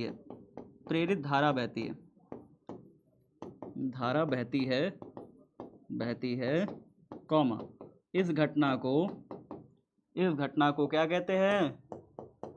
इस घटना को वैद्युत चुंबकीय प्रेरण की घटना कहते हैं। कॉपी में लिखो फटाफट, मैं वेट नहीं करूंगा, जल्दी से मिटा दूंगा तुरंत अगला, ठीक है? तो कॉपी में जल्दी हाथ चलाओ, विद्युत चुंबकीय प्रेरण की घटना कहते हैं। अगर लिख रहे हो तो जल्दी हाथ चलाओ, मैं वेट नहीं करूंगा, पन्ना पलट दूंगा। चलिए हो गया, टाइम ऑलरेडी बहुत वेस्ट हो चुका है। हो गया सबका? चलिए आगे देखें।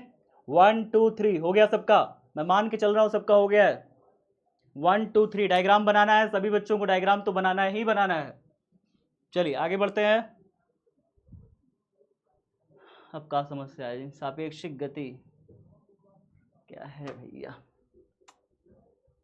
सापेक्षिक लिखो चाहे आपेक्षिक लिखो, सापेक्षिक का मतलब होता है एक के रिस्पेक्ट में दूसरे की गति। मतलब अगर ऐसा हो सकता है, ध्यान से सुनिए, 3 कंडीशन हो सकती है सापेक्षिक गति में। पहली कंडीशन हो सकती है, देखिए पहली कंडीशन हो सकती है, एक कुंडली जो है हमारी रुकी हुई हो, कुंडली हमारी रुकी हुई हो और यहाँ पे जो चुंबक है वो गतिमान हो, चुंबक गतिमान हो। ठीक है, दूसरी कंडीशन हो सकती है कि हमारा चुंबक रुका हुआ हो और कुंडली को आगे पीछे कर रहे हो, कुंडली को आगे पीछे कर रहे हो। ठीक है, इन दोनों ही कंडीशन में हम ये मान के चल रहे थे कि एक स्थिर है। और तीसरी कंडीशन एक और है, तीसरी कंडीशन एक और है कि कुंडली जो है ना, कुंडली कुंडली हमारी तेज चाल से चल रही हो और चुंबक धीरे चाल से चल रहा हो, लेकिन चल दोनों रहे हो, ये भी चल रहे हैं ये भी चल रहे हैं, लेकिन ये तेज चाल से चल रही हो ये धीमे चाल से चल रहे हो, तब भी इसमें धारा बहेगी, तब भी इसमें धारा बहेगी।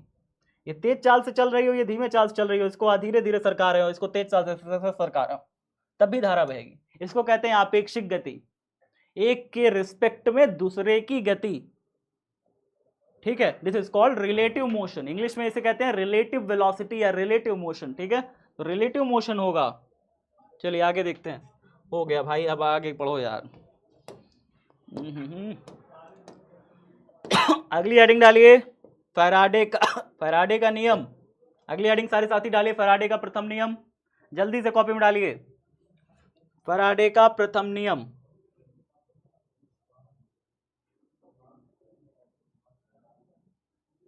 ठीक है, पहला नियम इनका बहुत आसान है। पहला नियम ये क्या कहते हैं, ध्यान से सुनिएगा। फैराडे ने पहले नियम में अपने क्या कहा दुनिया को?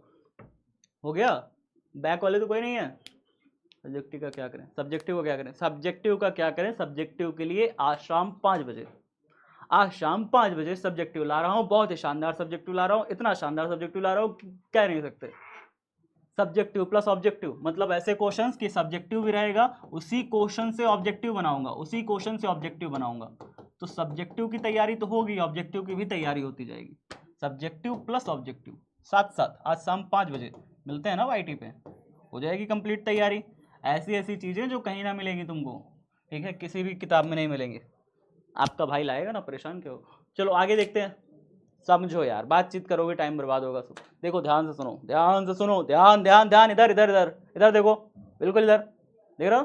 ठीक, चलो फैराडे का प्रथम नियम क्या कहता है, सिंपल है, कहता है कि जब भी कोई कुंडली है मान लीजिए कुंडली है, इसके पास एक चुंबक है, चुंबक को पास में ले आएंगे दूर ले आएंगे तब तक धारा बहेगी।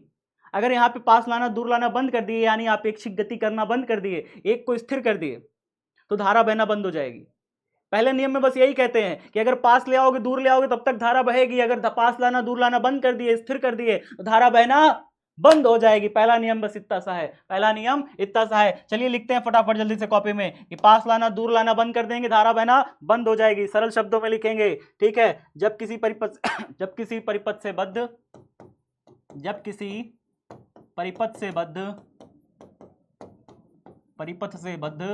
चुंबकीय फ्लक्स के मान में परिवर्तन होता है। जब किसी परिपथ से बद्ध चुंबकीय फ्लक्स के मान में परिवर्तन होता है तो परिपथ में प्रेरित वैद्युत वाहक बल उत्पन्न होता है। बद्ध मतलब होता है संबंधित, जब किसी परिपथ से संबंधित चुंबकीय फ्लक्स के मान में परिवर्तन होता है। ठीक है, बद्ध मतलब समझ गए, रिलेटेड टू, यानी कि किसी से संबंधित चुंबकीय फ्लक्स के मान में परिवर्तन होता है। यानी चुंबकीय फ्लक्स का मान कैसे परिवर्तित होगा, चुंबक को आगे पीछे करोगे तभी चुंबकीय फ्लक्स के मान में क्या होगा, परिवर्तन होगा।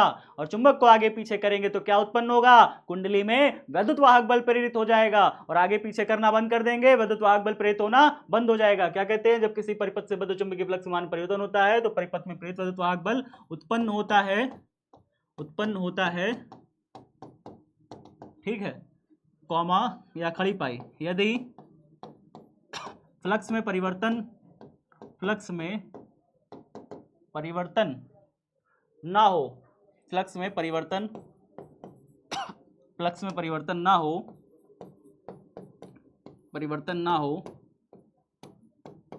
अर्थात चुंबक व कुंडली के बीच आपेक्षिक गति बंद हो जाए, आपेक्षिक गति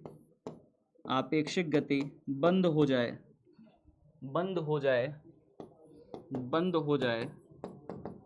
तो परिपथ में कोई वैद्युत वाहक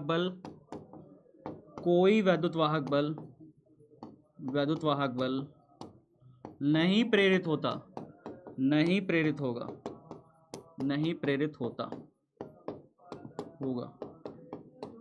खड़ी पाई। तो ये लिखिए फटाफट, जल्दी से स्क्रीनशॉट ले लीजिए, फटाफट बाद में लिख लीजिएगा, अभी स्क्रीनशॉट ले लीजिए, टाइम बहुत कम है इसलिए मैं कह रहा हूं 1 2 3। जो मेरे साथ साथ लिख सकते हैं वो तो लिख लीजिए, अन्यथा जो नहीं लिख पा रहे हैं या थोड़ा सा छूट गए हैं तो स्क्रीनशॉट ले लीजिए प्यारे बच्चों। बहुत अभी तो टाइम बहुत चला जा चुका है। नेक्स्ट क्लास कुलदीप सर की है, वो हमें अभी बहुत दौड़ा के फिर पीटेंगे। आपको अच्छा लगेगा, मैं मार खाऊंगा। भैया डाउट का रिप्लाई कब देते हैं? अभी दे देंगे गुरु बाबू, तुम्हारी सारी पूरी क्लास में तुम्हारा ही डाउट का रिप्लाई किए हैं, अब कैसे डाउट का रिप्लाई करेंगे जी? इतना सारा डाउट पूछे हो, सबका रिप्लाई तो किए हैं, अब कैसे करें डाउट करें? अब बताओ। नेक्स्ट हो गया। कुलदीप सर की रहती है 11th की क्लास, तो मेरे जहाँ मैं लेता हूँ वहीं लेते हैं, और फिर वो कहते हैं अरे सर सौरभ सर आप टाइम पे छोड़ते नहीं, मेरी क्लास लेट कराते रहते हैं। फैराडे का द्वितीय नियम, तो फैराडे का द्वितीय नियम क्या है आगे देखते हैं। बैक, अब देखो बैक, अभी मैं कह रहा था ले लो स्क्रीनशॉट, तो नहीं लिए, जल्दी से लो स्क्रीनशॉट 1 2 3। ठीक है, हो गया। चलिए आगे देखते हैं फैराडे का द्वितीय नियम क्या कहता है। देखिए आगे कह रहा था कि फ्लक्स में परिवर्तन की दर जो होती है ना, वो प्रेरित विद्युत वाहक बल के अनुक्रमानुपाती होती है। देखिए क्या कहते हैं ध्यान सुनिएगा मेरी बात, आप समझ जाओगे। द्वितीय नियम बहुत आसान है। देखिए मान लीजिए ध्यान से सुनिए बस। मान लीजिए कि एक कुंडली है, इसको आप पास में ले आए, खूब यहाँ से बल रेखा गुजर रही है, और बल रेखा कितनी गुजर रही है, मैं ये मान के चल रहा हूँ कि बल रेखा गुजर रही है 60 गुजर रही है, चलो मान लिया 60 गुजर रही है। अब आप इसको दूर ले जाओगे बल चुंबक को, तो क्या 60 बल रेखा गुजरेगी? आप इसको दूर ले जाओगे तो कितनी बल रेखा गुजरेगी? मान लेते हैं कि जब इसको दूर ले गए ना, तो बल रेखा की जो संख्या है, पहले पास ले आए थे तो बल रेखा कितनी गुजर रही है, 60 गुजर रही है, तो हम इसको कह देंगे फ्लक्स 1। पहले फ्लक्स 60 गुजर रहा था, पास में ले आए थे, 60 बल रेखा गुजर रही थी। जैसे ही हम इसको दूर ले गए प्यारे बच्चों, तो इसके बल रेखा कितनी अब गुजरने लगी कुंडली से, कुंडली वहीं रखी है, चुंबक को दूर ले गए तो कितनी बल रेखा गुजरने लग गई, मान लेते हैं चलो 30 बल रेखा गुजरने लग गई। दूर लाने और ले जाने, मतलब पास से दूर लाने ले जाने में जो समय लगा, जो टाइम लगा, अगर वो टाइम लगता है 2 सेकंड, 2 सेकंड का टाइम लगता है। कितने सेकंड का टाइम लगे? 2 सेकंड का टाइम लगे। कि भाई पास से दूर ले गए, कितना समय लगा बताओ, कितना समय लगा? 2 सेकंड लगा। कि भाई यहां से पास से दूर ले गए चुंबक को, 2 सेकंड लगा, और पहले 60 बल रेखा गुजर रही थी, दूर ले गए तो अब कुंडली से कितनी बल रेखा गुजर रही है? 30 गुजर रही है। क्या इतनी बात समझ में आ गई? एक बार हाँ या ना में जवाब दो बस, मुझे फालतू की बातें नहीं सुननी, हाँ ना जवाब दो बस। भाई अगर मैं चुंबक को पास में ले आता हूं तो यहाँ पे ज्यादा बल रेखा गुजरती है, 60 बल रेखा गुजरी। चुंबक को दूर ले गए तो फिर कितनी बल रेखा गुजरी? 30 बल रेखा गुजरी। पास लाने से दूर ले जाने में कितना समय लगा? 2 सेकंड का समय लगा। सबको इतनी बात समझ में आ गई? तो देखिए दूसरे नियम में फैराडे कहते हैं कि जो फ्लक्स रेखाओं में जो परिवर्तन है, जो बल रेखाओं में जो परिवर्तन है, उसकी दर यानी कि फ्लक्स रेखाओं के परिवर्तन की दर यानी लिया गया समय, ठीक है। जैसे 60/30, 60 में से 30 घटाइए, कितना परिवर्तन हुआ बल रेखाओं में? बल रेखाओं में परिवर्तन कितना हुआ? 60 - 30, यही लिखेंगे। बल रेखाओं में परिवर्तन कितना हुआ? 60 - 30। या अगर मैं इसे ऐसे लिखूं कि भैया पहले तो 60 गुजर रही थी, अब 30 हो गई, तो कम हो गई ना। मान लो अगर आपसे कोई पूछे कि पहले आपका कोई दाम जो था, सर आप टी शर्ट खरीदने गए, आप आलू खरीदने गए, मान लीजिए आलू खरीदने गए, दुकान में आज 30 रुपए का मिल रहा है, कल जाओ और तुम्हें जो है 20 रुपए का देने लग गए, 20 रुपए का देने लग जाए, तो ये तो दाम में कमी आई ना। दाम में क्या आई है? कमी आई है कि नहीं आई है? बताओ, कमी आई है ना। 30 रुपए का आज दे रहा था, कल 20 रुपए का देने लग गया, दाम में कमी आई है। तो कमी हमेशा किससे शो करते हैं? देखिए कमी हमेशा शो करने के लिए हम इसमें कैसे दिखाएंगे? 20 में से घटाते हैं 30 को, यानी कितना आएगा फिर? माइनस का 10 आएगा। बात समझ में आ रहा है? कमी है, माइनस साइन क्या शो कर रहा है? यहाँ माइनस साइन शो कर रहा है कि कमी हो गया दाम में। माइनस साइन यहां शो करेगा कि दाम में क्या हो गई? कमी हो गई। ठीक है, बात को समझिए। अब यहीं पर यहाँ पे क्या किया जा रहा है कि पहले फ्लक्स रेखा है तो 60 गुजर रही थी, अब 30 गुजर रही है, जैसे ही चुंबक को दूर ले गए तो बल रेखाओं में कितनी कमी आई? तो आप कहोगे सर 30 में से 60 को घटा दीजिए, कितनी बल रेखा कमी आई? आप कहोगे सर ना -30 बल रेखाओं, -30 कमी कितनी आई? -30। और कितना समय में कमी आई? आपने समय कितना लिया इसको कम करने में? आप समय लिए हो 2 सेकेंड, तो इसी 2 से आप डिवाइड कर दीजिए। जब आप इसी 2 से आप डिवाइड करते हो ना तो ये निकल के आता है जो 15, ये वास्तव में कुंडली में उत्पन्न वैद्युत वाहक बल निकल के आ गया। क्या निकल के आ गया? वैद्युत वाहक बल निकल के आ गया। फैराडे यही बात बोल दी है, देखो दुनिया को कितनी आसानी से उन्होंने वैद्युत वाहक बल दे दिया। कि अगर आपको जानना है कि कुंडली में कितना वैद्युत वाहक बल पैदा हो रहा है तो बहुत आसान है, आप पता कर लीजिए कि पास और दूर ले जाने में कितना फ्लक्स परिवर्तन हुआ और कितना समय लगा, उन दोनों से भाग कर दीजिए, आपको पता चल जाएगा कि कितना वोल्टेज यहां पे पैदा हुआ है। इसके सिरों पर, कुंडली के सिरों पर कितना वोल्टेज पैदा हुआ है। उसी वोल्टेज, उसी विद्युत वाहक बल के कारण यहाँ पे धारा बहने लगती है, जिस धारा को हम कहते हैं प्रेरित धारा। ठीक है, तो जब डिवाइड कर देगा 2 से 15 तो आपका आ गया 15 वोल्ट। क्या आ गया? ये 15 वोल्ट आ गया। ई का मान आ गया, वैद्युत वाहक बल का मान आ गया।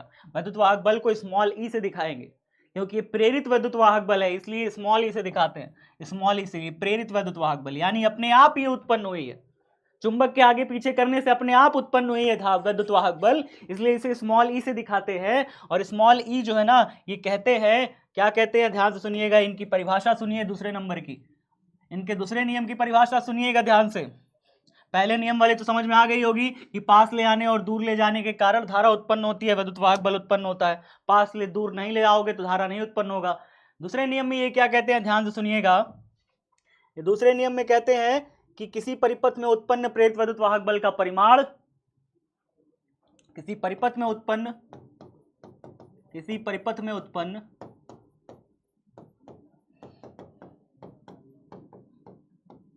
प्रेरित वैद्युत वाहक बल का परिमाण, प्रेरित वैद्युत वाहक बल का परिमाण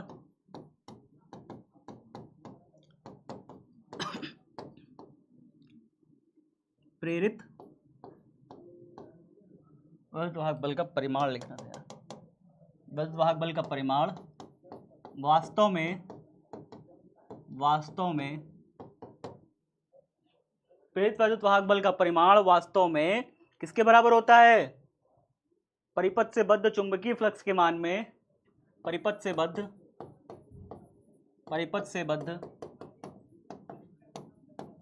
चुंबकीय फ्लक्स के मान में,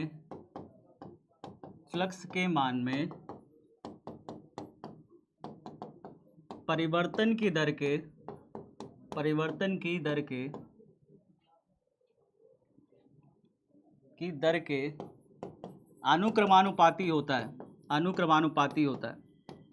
अनुक्रमानुपाती होता है। खड़ी पाई ये हो गया। तो हमने क्या लिखा? किसी परिपथ में उत्पन्न प्रेरित वैद्युत वाहक बल का परिमाण वास्तव में परिपथ से बद्ध चुंबकीय फ्लक्स के मान में परिवर्तन की दर के अनुक्रमानुपाती होता है। यानी कि जो भी वैद्युत वाहक बल है वो अनुक्रमानुपाती है फ्लक्स परिवर्तन। पहले फ्लक्स कितना था? पहले फ्लक्स था φ1, मान लीजिए φ1 60 था, बाद में कितना हो गया? φ2 क्या हो गया? 30 हो गया। फ्लक्स में ये परिवर्तन किस में आएगा? नेगेटिव में आएगा, पॉजिटिव में आएगा? आप कहोगे सर घटा है तो नेगेटिव में आएगा। इसी को लिखते हैं डी फाई। क्या लिखते हैं? D phi. डी फाई माने कि डेल्टा, यानी अंतर निकाले हो आप। डी फाई वास्तव में क्या है? बल रेखाओं की संख्या का अंतर है। ठीक है, क्या पहले कितनी थी बाद में कितनी आई उसे कहेंगे डी फाई। और माइनस साइन लगा के लिखते हैं। क्या लिखेंगे? Minus sign. समझ में आया? क्योंकि बल रेखाएं घट रही हैं, माइनस साइन। बटे में कितने समय में लिया आपने, लिखोगे डी टी। डी टी क्या है? डेल्टा टी, यानी कि छोटा सा समय, वो छोटा सा टाइम पीरियड जिसमें ये फ्लक्स रेखाओं की परिवर्तन हुआ है। ठीक है, तो ये यहाँ पे नीचे लिखते हैं डी टी। डी टी क्या है? वास्तव में छोटा सा समय है। डी टी यानी थोड़ा सा समय, इसके अनुक्रमानुपाती होता है। और अगर मैं ई बराबर करता हूँ तो यहाँ पे माइनस के आता है, कांस्टेंट आएगा, डी फाई अपॉन में डी टी। और फिर यहाँ पे के का मान जो होता है 1 हो जाता है। के का मान मात्रक की सभी पद्धतियों में 1 होता है। मात्रक की सभी पद्धति में कितना होता है? पद्धति में 1 होता है। 1 होता है, अर्थात अर्थात क्या होगा, अर्थात के बराबर जैसे ही 1 कर दोगे तो ई बराबर निकल के आता है, ई बराबर माइनस का डी फाई अपॉन में डी टी, ये हो जाएगा माइनस का डी फाई अपॉन में डी टी, ये हो जाएगा प्यारे बच्चों, ये हो जाएगा। बस बात खत्म, बस बात खत्म, इतना सा होता है। समझ में आ गया सब बच्चों को? यहाँ तक समझ में आया कि नहीं समझ में आया? डी फाई क्या है? डी फाई है छोटा सा सूक्ष्म जो आया था फ्लक्स परिवर्तन, फ्लक्स परिवर्तन है, फ्लक्स में कितने का परिवर्तन हुआ। डी टी क्या है? छोटा सा लिया गया समय, फ्लक्स परिवर्तन करने में जितना आपने समय लिया वो है डी टी, फ्लक्स परिवर्तन करने में जितना आपने समय लिया वो है डी टी। और फ्लक्स क्या है? डी फाई क्या है? फ्लक्स में होने वाला परिवर्तन है। तो फ्लक्स परिवर्तन बटे में लिया गया समय, ये दोनों का अंतर क्या कहलाता है? ये दोनों का अनुपात क्या कहलाता है? जितना विद्युत वाहक बल पैदा होगा उसके बराबर होगा। यही कहते हैं हमारे दूसरे नियम में फैराडे साहब। फैराडे साहब क्या कहते हैं? इसके किस चैप्टर का ऑब्जेक्टिव क्वेश्चन ला रहे हैं? अच्छा, चैप्टर 5 का ला रहे हैं। चैप्टर 5 में कई सारे ऑब्जेक्टिव और ऑब्जेक्टिव से रिलेटेड सब्जेक्टिव, मतलब सब्जेक्टिव और ऑब्जेक्टिव दोनों का बहुत शानदार सा प्यारा सा वो होगा।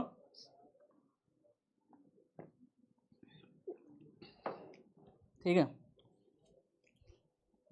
चलिए हो गया सबका? यहाँ तक हो गया? जल्दी बताइए, हो जाएगा? यहाँ तक हो जाएगा? बताइए, सबका हो जाएगा यहाँ तक?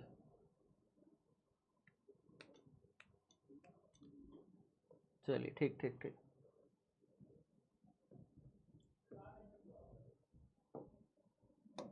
अब पढ़ ही रहे हो तो फिर इसको भी पढ़ ही लो। कोई ऑपरेटर साहब आज आए नहीं पूछने के लिए, अब पढ़ ही रहे हो तो पढ़ ही डालो फिर इसको भी। बैक करना है, लो बैक, लो लो बैक, लो। एक लास्ट चीज़ है, इसको भी फिर पढ़ ही डालो अगर पढ़ ही रहे हो तो। ये हो जाएगा ना सबका? अनुक्रमानुपाती होता है। देखिए क्या लिखा मैंने, के का मान, के एक अनुक्रमानुपाती नियतांक है। के क्या है? एक अनुक्रमानुपाती नियतांक। अनुक्रमानुपाती नियतांक जानते हो क्या होता है? जब हम ये तो क्या अनुक्रमानुपाती लिखा है ना, इन्होंने क्या कहा था? इसके अनुक्रमानुपाती है, फ्लक्स परिवर्तन की दर के अनुक्रमानुपाती। दर के अनुक्रमानुपाती का मतलब क्या होता है? दर पहले बात तो ये शब्द का मतलब क्या है? दर मतलब क्या? परिवर्तन तो समझ गए, फ्लक्स के मान में परिवर्तन तो समझ गए। डी फाई क्या है? फ्लक्स का मान में परिवर्तन है।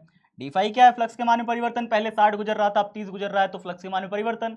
और 30 में से 60 को घटाएंगे तो माइनस आ जाएगा, माने माइनस हो रहा है, फ्लक्स में परिवर्तन घट रहा है फ्लक्स, है ना? तो माइनस यहाँ पे लिखा डी फाई, ये समझ गए। लेकिन ये दर का शब्द क्या क्या मतलब होता है? दर मतलब होता है जब भी अगर दर कहीं दिखा मिल जाए ना, इसका मतलब होता है बटे में समय, बटे में जो इस परिवर्तन को लेने में, जो परिवर्तन को करने में जो समय लगा, इस परिवर्तन को करने में जितना समय लगा उसको बटे से जब डिवाइड कर देते हो ना, इसी को कहते हैं दर। क्या कहेंगे? दर कहेंगे, दर। ये दा दा रा दर, दर। इंग्लिश में इसे कहते हैं रेट ऑफ। क्या कहते हैं? Rate of, rate of. English में रेट ऑफ कहलाता है, हिंदी में क्या कहलाता है? दर कहलाता है। बात समझ में आ रहा है? बात समझ में आ रहा है कि नहीं समझ में आ रहा है? जल्दी बताइए। ई क्या है? अच्छा, ई तो विद्युत वाहक बल है ना भाई। कुंडली में सुनो, ई क्या है मैं समझाता हूं। कुंडली में धारा पैदा हो रही है, कुंडली में धारा पैदा हो रही है चुंबक के आगे पीछे करने से। ये धारा कैसे पैदा हुई? कोई तो वजह होगा। क्यों पैदा हुई धारा भाई? धारा इसलिए पैदा हुई क्योंकि जब आप कुंडली को आगे पीछे कर रहे थे तो कभी इससे ज्यादा बल रेखा गुजर रही है, कभी कम बल रेखा गुजर रही है, यानी फ्लक्स में परिवर्तन हो रहा है। फ्लक्स में जब चुंबकीय बल रेखाएं ज्यादा कम हो रही थी ना, तो ये जो हमारी कुंडली है किसकी बनी है? ये कुंडली बनी है चालक तार की, यानी तांबे की बनी है, चांदी की बनी हो सकती है, किसी भी चीज की जो चालक हो सकता है उसकी बनी है कुंडली, है ना?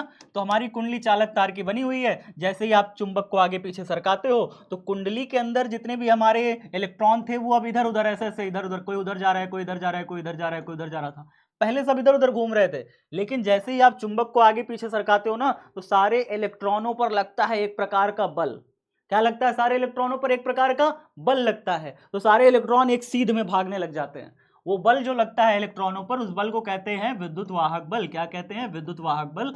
उसी को हम स्मॉल ई नाम देते हैं, और उसी की वजह से सारे इलेक्ट्रॉन एक सीध में होकर के भागने लग जाते हैं, जिसके कारण हम कहते हैं कि भाई परिपथ में क्या बहने लग गई? धारा बहने लग गई। उस धारा चूंकि परिपथ में अपने आप बह रही है, इसलिए इस धारा को कहते हैं प्रेरित धारा। क्या कहते हैं? प्रेरित धारा कहते हैं। बात समझ में आई? और जो विद्युत वाहक बल लगा है, ये भी अपने आप लगा है बिना किसी बैटरी की सहायता के, तो इस विद्युत वाहक बल को भी कहते हैं प्रेरित विद्युत वाहक बल, और इसे स्मॉल ई से दर्शाते हैं। किससे दर्शाएंगे? स्मॉल ई से दर्शाएंगे। और ये विद्युत वाहक बल कैसे पैदा हो रहा है? फैराडे ने कहा कि जो फ्लक्स में परिवर्तन कर रहे हो ना, ये फ्लक्स में परिवर्तन डी फाई और बटे में जितना समय ले रहे हो, जितना समय dt, dt क्या है? छोटा सा लिया गया समय कि भाई आगे पीछे करने में 2 सेकंड का समय लग गया, 3 सेकंड का समय लग गया, तो वो समय से डिवाइड कर दोगे फ्लक्स में परिवर्तन बटे लिया गया समय। इसी को कहते हैं फ्लक्स परिवर्तन की दर। क्या कहते हैं इसे? इसे कहते हैं फ्लक्स परिवर्तन की दर। क्या कहेंगे? फ्लक्स परिवर्तन की दर।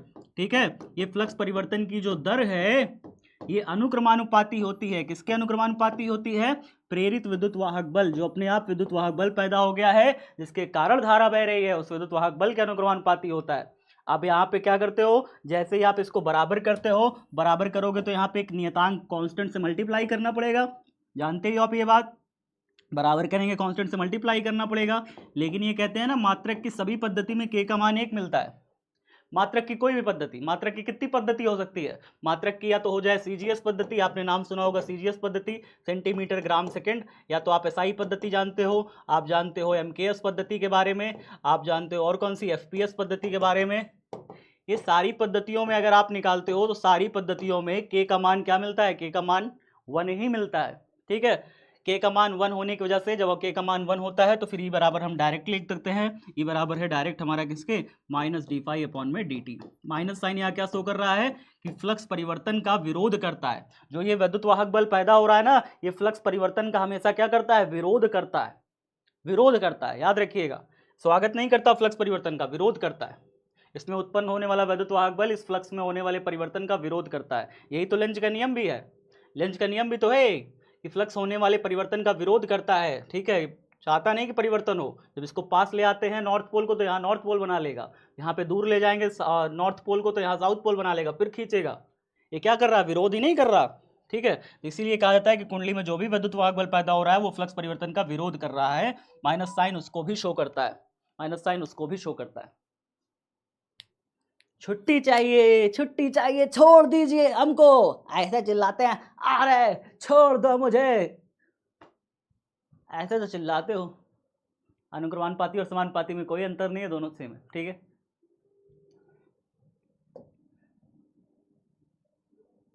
चलिए आगे देख लेते हैं, आगे देख लेते हैं, थोड़ा सा देख लेते हैं। इसके बाद मैं थोड़ा सा एक पेज ऐड कर देता हूँ।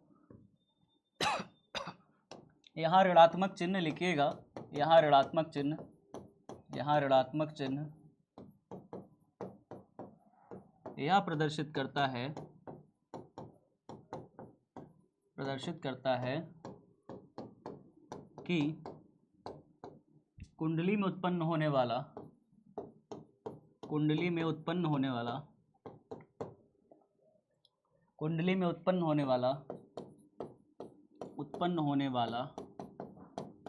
विद्युत वाहक बल प्रेरित विद्युत वाहक बल लिखे ज़्यादा सही है, क्योंकि प्रेरित हो रहा है ना अपने आप, बैटरी से नहीं उत्पन्न हो रहा, अपने आप उत्पन्न हो रहा है, इसलिए इसको कहते हैं प्रेरित विद्युत वाहक बल। प्रेरित विद्युत वाहक बल वास्तव में फ्लक्स परिवर्तन का विरोध करता है। फ्लक्स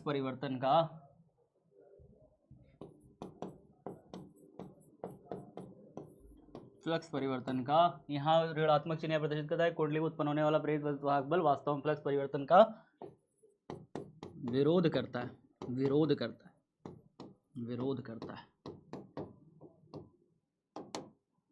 और यही लेंज का नियम भी है, और यहाँ पे आप आगे कॉमा लिख सकते हैं कि यही लेंज का नियम है।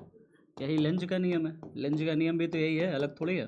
लेंज भी तो यही कहते थे, ये अपनी आपेक्षिक गति का ही विरोध करता है जिसके कारण ये पैदा हो रहा है।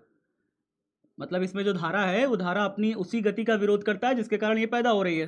यही लेंज का नियम भी है। ठीक है, तो लेंज और फैराडे कुछ अलग अलग नहीं कहते। लेंज और फैराडे कहीं हद तक एक ही चीज़ कह रहे हैं। बात समझ में आ रही है? बस इतना आप सबको लिखना है। यहाँ तक लिखने के बाद ये लिखना है, जल्दी से लिख लीजिएगा, फटाफट कॉपी में लिख लीजिएगा।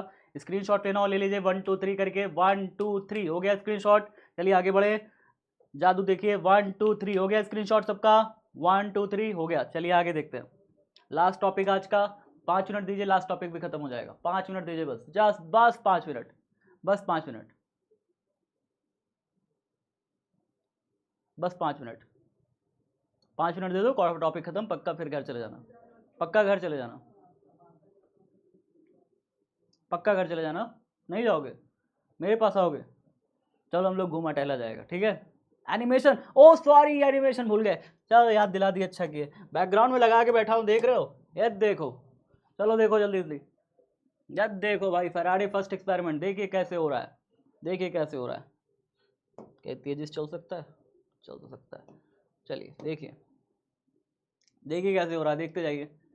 यहाँ पे देखिए सारे इलेक्ट्रॉन, अब इन इलेक्ट्रॉनों पर लगने लगा विद्युत वाहक बल, ये जितने भी हैं तार के अंदर के इलेक्ट्रॉन आप देख रहे हो, हरे हरे का है, तार के अंदर के इलेक्ट्रॉन है, ये तार के इलेक्ट्रॉन अब घूमने लग जाएंगे।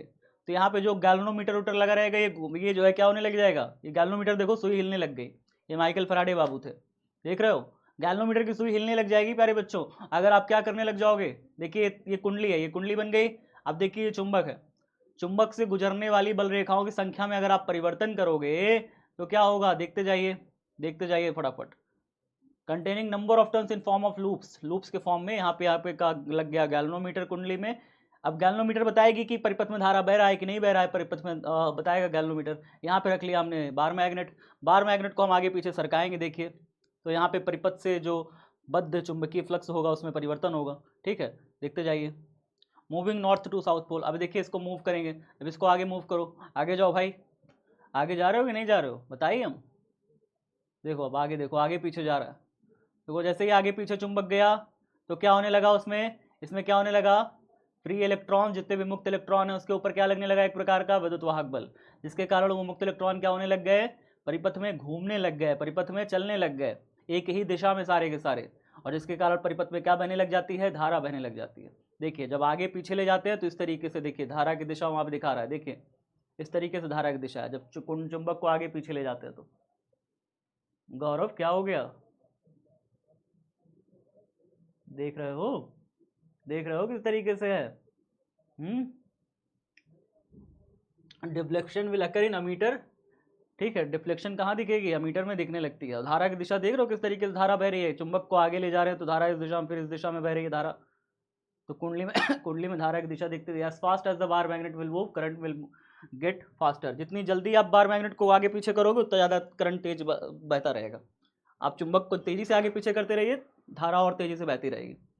बात समझ में आ रहा है, छुट्टी छुट्टी छुट्टी छुट्टी, देखते रहिए आप ध्यान से देखिएगा। लेंज का नियम और ऊर्जा संरक्षण, इसको पढ़ लीजिए फिर छुट्टी मिल जाएगी, पक्का मिल जाएगी। लेंज का नियम और ऊर्जा संरक्षण क्या कहता है प्यारे बच्चों, एनर्जी कंजर्वेशन पर लेंज का नियम आधारित है। लेंज कहते थे ये सब जो झूठ बोल रहे हो ना कि धारा ऊर्जा पैदा हो जा रही है, क्या ऊर्जा कभी भी पैदा हो सकती है, ऊर्जा संरक्षण का नियम क्या कहता है, क्या ऊर्जा पैदा हो सकती है, ऊर्जा उत्पन्न हो सकती है। ऊर्जा संरक्षण का नियम कहता है ऊर्जा ना तो पैदा होती है और ना ही नष्ट होती है।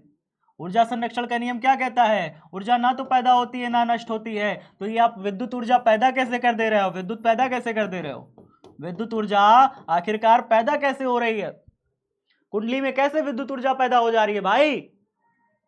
इस तरह तो तुम विद्युत ऊर्जा को हीट एनर्जी में कन्वर्ट कर दोगे, गर्म हो जाएगा तार पूरा, तो ऊष्मीय ऊर्जा पैदा हो जा रही है, तार गर्म हो जाएगा, आगे पीछे चुंबक करते रहोगे, कुंडली गर्म हो जाएगी बिल्कुल, हाँ क्योंकि उसमें धारा बह रही है लगातार, कुंडली गर्म आ जाएगी। अब विद्युत ऊर्जा ऊष्मीय ऊर्जा में परिवर्तित हो गई, ऊर्जा पैदा हो रही है यार, ये ऊर्जा पैदा कहां से हो रही है। लेंज ने कहा ऐसा कोई खेल नहीं है, ऊर्जा ना तो पैदा होती है ना नष्ट होती है, ये बात सत्य है, ये वास्तव में ऊर्जा पैदा नहीं हो रही, आपको दिख नहीं रहा है, आप कर रहे हो कार्य, क्या कर रहे हो, चुंबक को आगे पीछे खसकाने में कौन काम कर रहा है, आप कर रहे हो, आप चुंबक को आगे पीछे खसकाने में कार्य कर रहे हो, इस कार्य को बोलते हैं यांत्रिक कार्य। क्या बोलते हैं इसे, यांत्रिक कार्य, मैकेनिकल वर्क।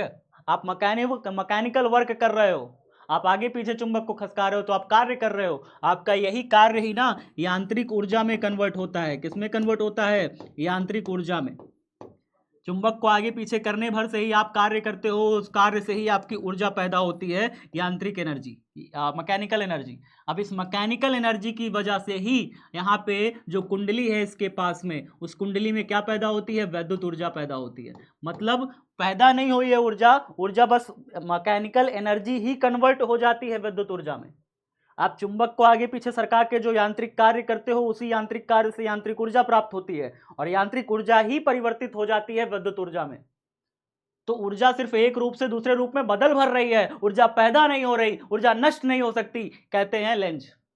लेंज क्या कहते हैं? ऊर्जा ना तो पैदा हो सकती है ना नष्ट होती है, सिर्फ एक रूप से दूसरे रूप में बदलती है। चुंबक को आगे पीछे सरकाने में कार्य कर रहे हो, यांत्रिक कार्य, इसकी वजह से यांत्रिक ऊर्जा पैदा हो रही है। यांत्रिक ऊर्जा की वजह से हमारी क्या हो रही है? कुंडली में वैद्युत ऊर्जा पैदा हो जा रही है। सिंपल सी बात है, ठीक है। वास्तव में ऊर्जा ना तो पैदा होती है और ना ही नष्ट होती है। वैद्युत ऊर्जा ना तो पैदा हो रही है ना नष्ट हो रही है। वैद्युत ऊर्जा सिर्फ और सिर्फ चुंबक के आगे पीछे यांत्रिक कार्य करने से हो रही है। तो लिखिए फटाफट कॉपी में, क्या लिखोगे भाई? जल्दी से लिखो, ठीक है। क्या लिखोगे? किसी चुंबक को आगे पीछे, किसी चुंबक को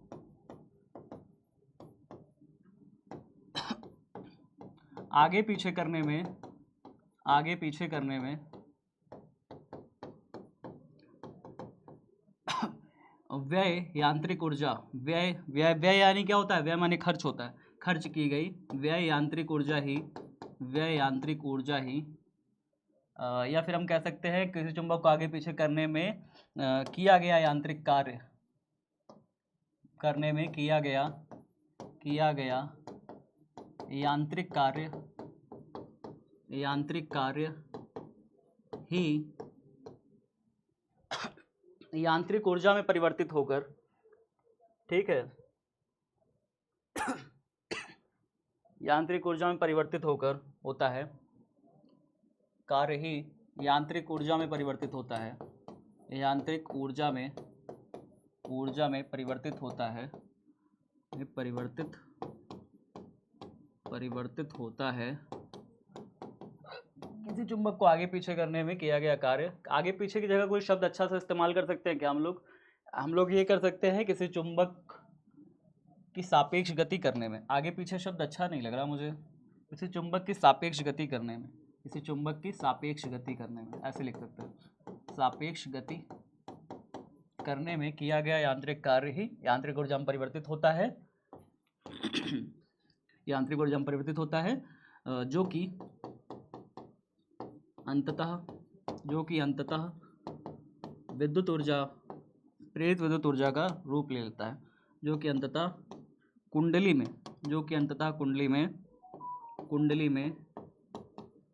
में प्रेरित विद्युत ऊर्जा का रूप लेता है, प्रेरित विद्युत ऊर्जा का रूप लेता है, विद्युत ऊर्जा का रूप लेता है।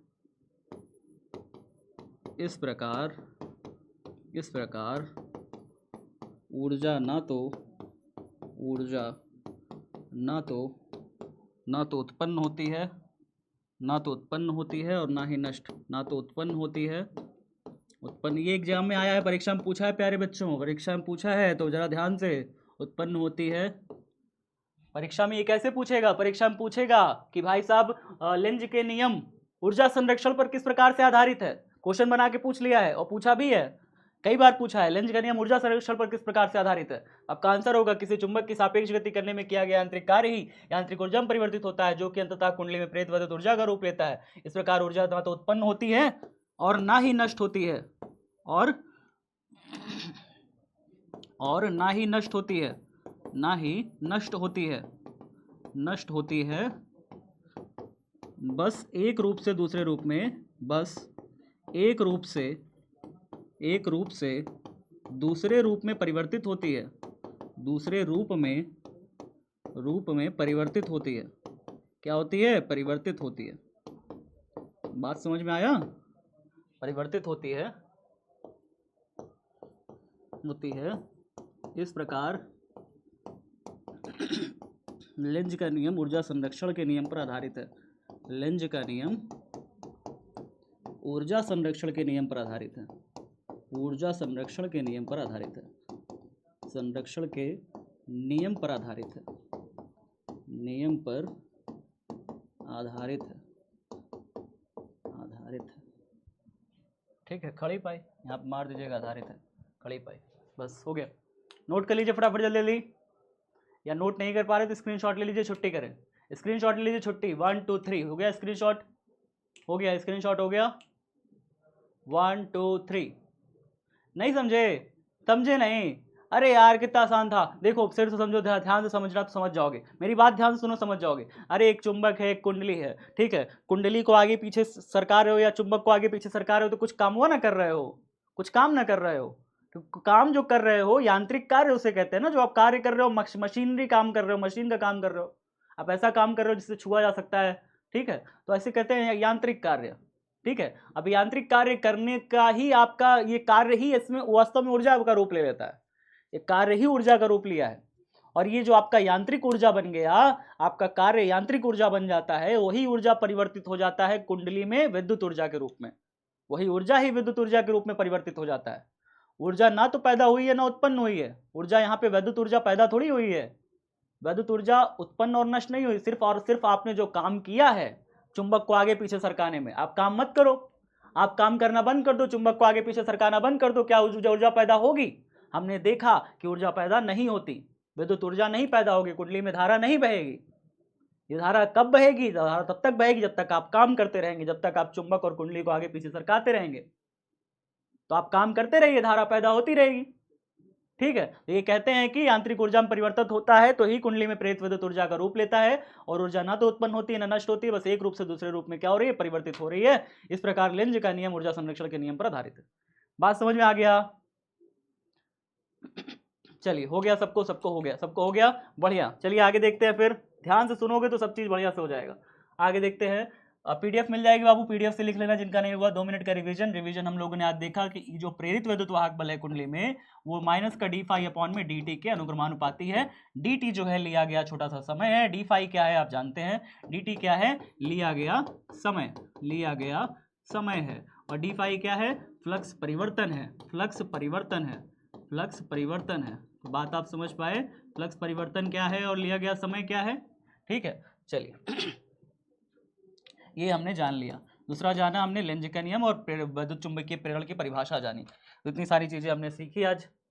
तो वैद्युत चुंबकीय प्रेरण जाना क्या होता है, वैद्युत चुंबकीय प्रेरण क्या होता है बताइए? फ्लक्स में परिवर्तन होने की वजह से जो विद्युत वाहक बल पैदा हो जाता है, मतलब चुंबक को आगे पीछे करने भर से जो कुंडली में विद्युत वाहक बल पैदा होता है, जिसके कारण कुंडली में धारा बहने लग जाती है, इसी घटना को हम कहते हैं विद्युत चुंबकीय प्रेरण। इसी घटना को हम क्या कहते हैं? विद्युत चुंबकीय प्रेरण की घटना कहते हैं। इसे कहते हैं इलेक्ट्रोमोटिव इंडक्शन। क्या कहते हैं? इलेक्ट्रोमोटिव इंडक्शन, इंडक्शन, ठीक है, इंडक्शन विद्युत चुंबकीय प्रेरण कहते हैं, ठीक है। बात समझ में आया? ये हम लोगों ने पढ़ा, इस घटना को ही विद्युत चुंबकीय प्रेरण कहते हैं। डीपी सॉल्व कर लेना प्यारे बच्चों। गतिक विद्युत वाहक बल के बारे में कल पढ़ेंगे। मिलते हैं आप सभी से अगली कक्षा में, तब तक सब साथी अपना ख्याल रखिएगा। शाम को 5 बजे क्लास है वाईटी की, आप जानते हैं, और उसमें क्या मिलेगा? सब्जेक्टिव मिलेगा चैप्टर 5 का। उसी सब्जेक्टिव से ऑब्जेक्टिव बना के लाएंगे आपके लिए, बढ़िया मेहनत करके कंसेप्ट ला रहे हैं। जुड़ना मत भूलिएगा, मजा आ जाएगा, गारंटी देता हूँ, ठीक है। मतलब सब्जेक्टिव तो आपका चैप्टर 5 का फिर पूरा डन हो जाएगा, आपको उससे बाहर से कुछ नहीं पढ़ना पड़ेगा, ठीक है, इतने करा देंगे। चलिए फिर मिलते हैं, बाय बाय, टेक केयर, ख्याल रखिएगा। 25-30 सब्जेक्टिव लाएंगे, ठीक है। जय हिंद, जय भारत।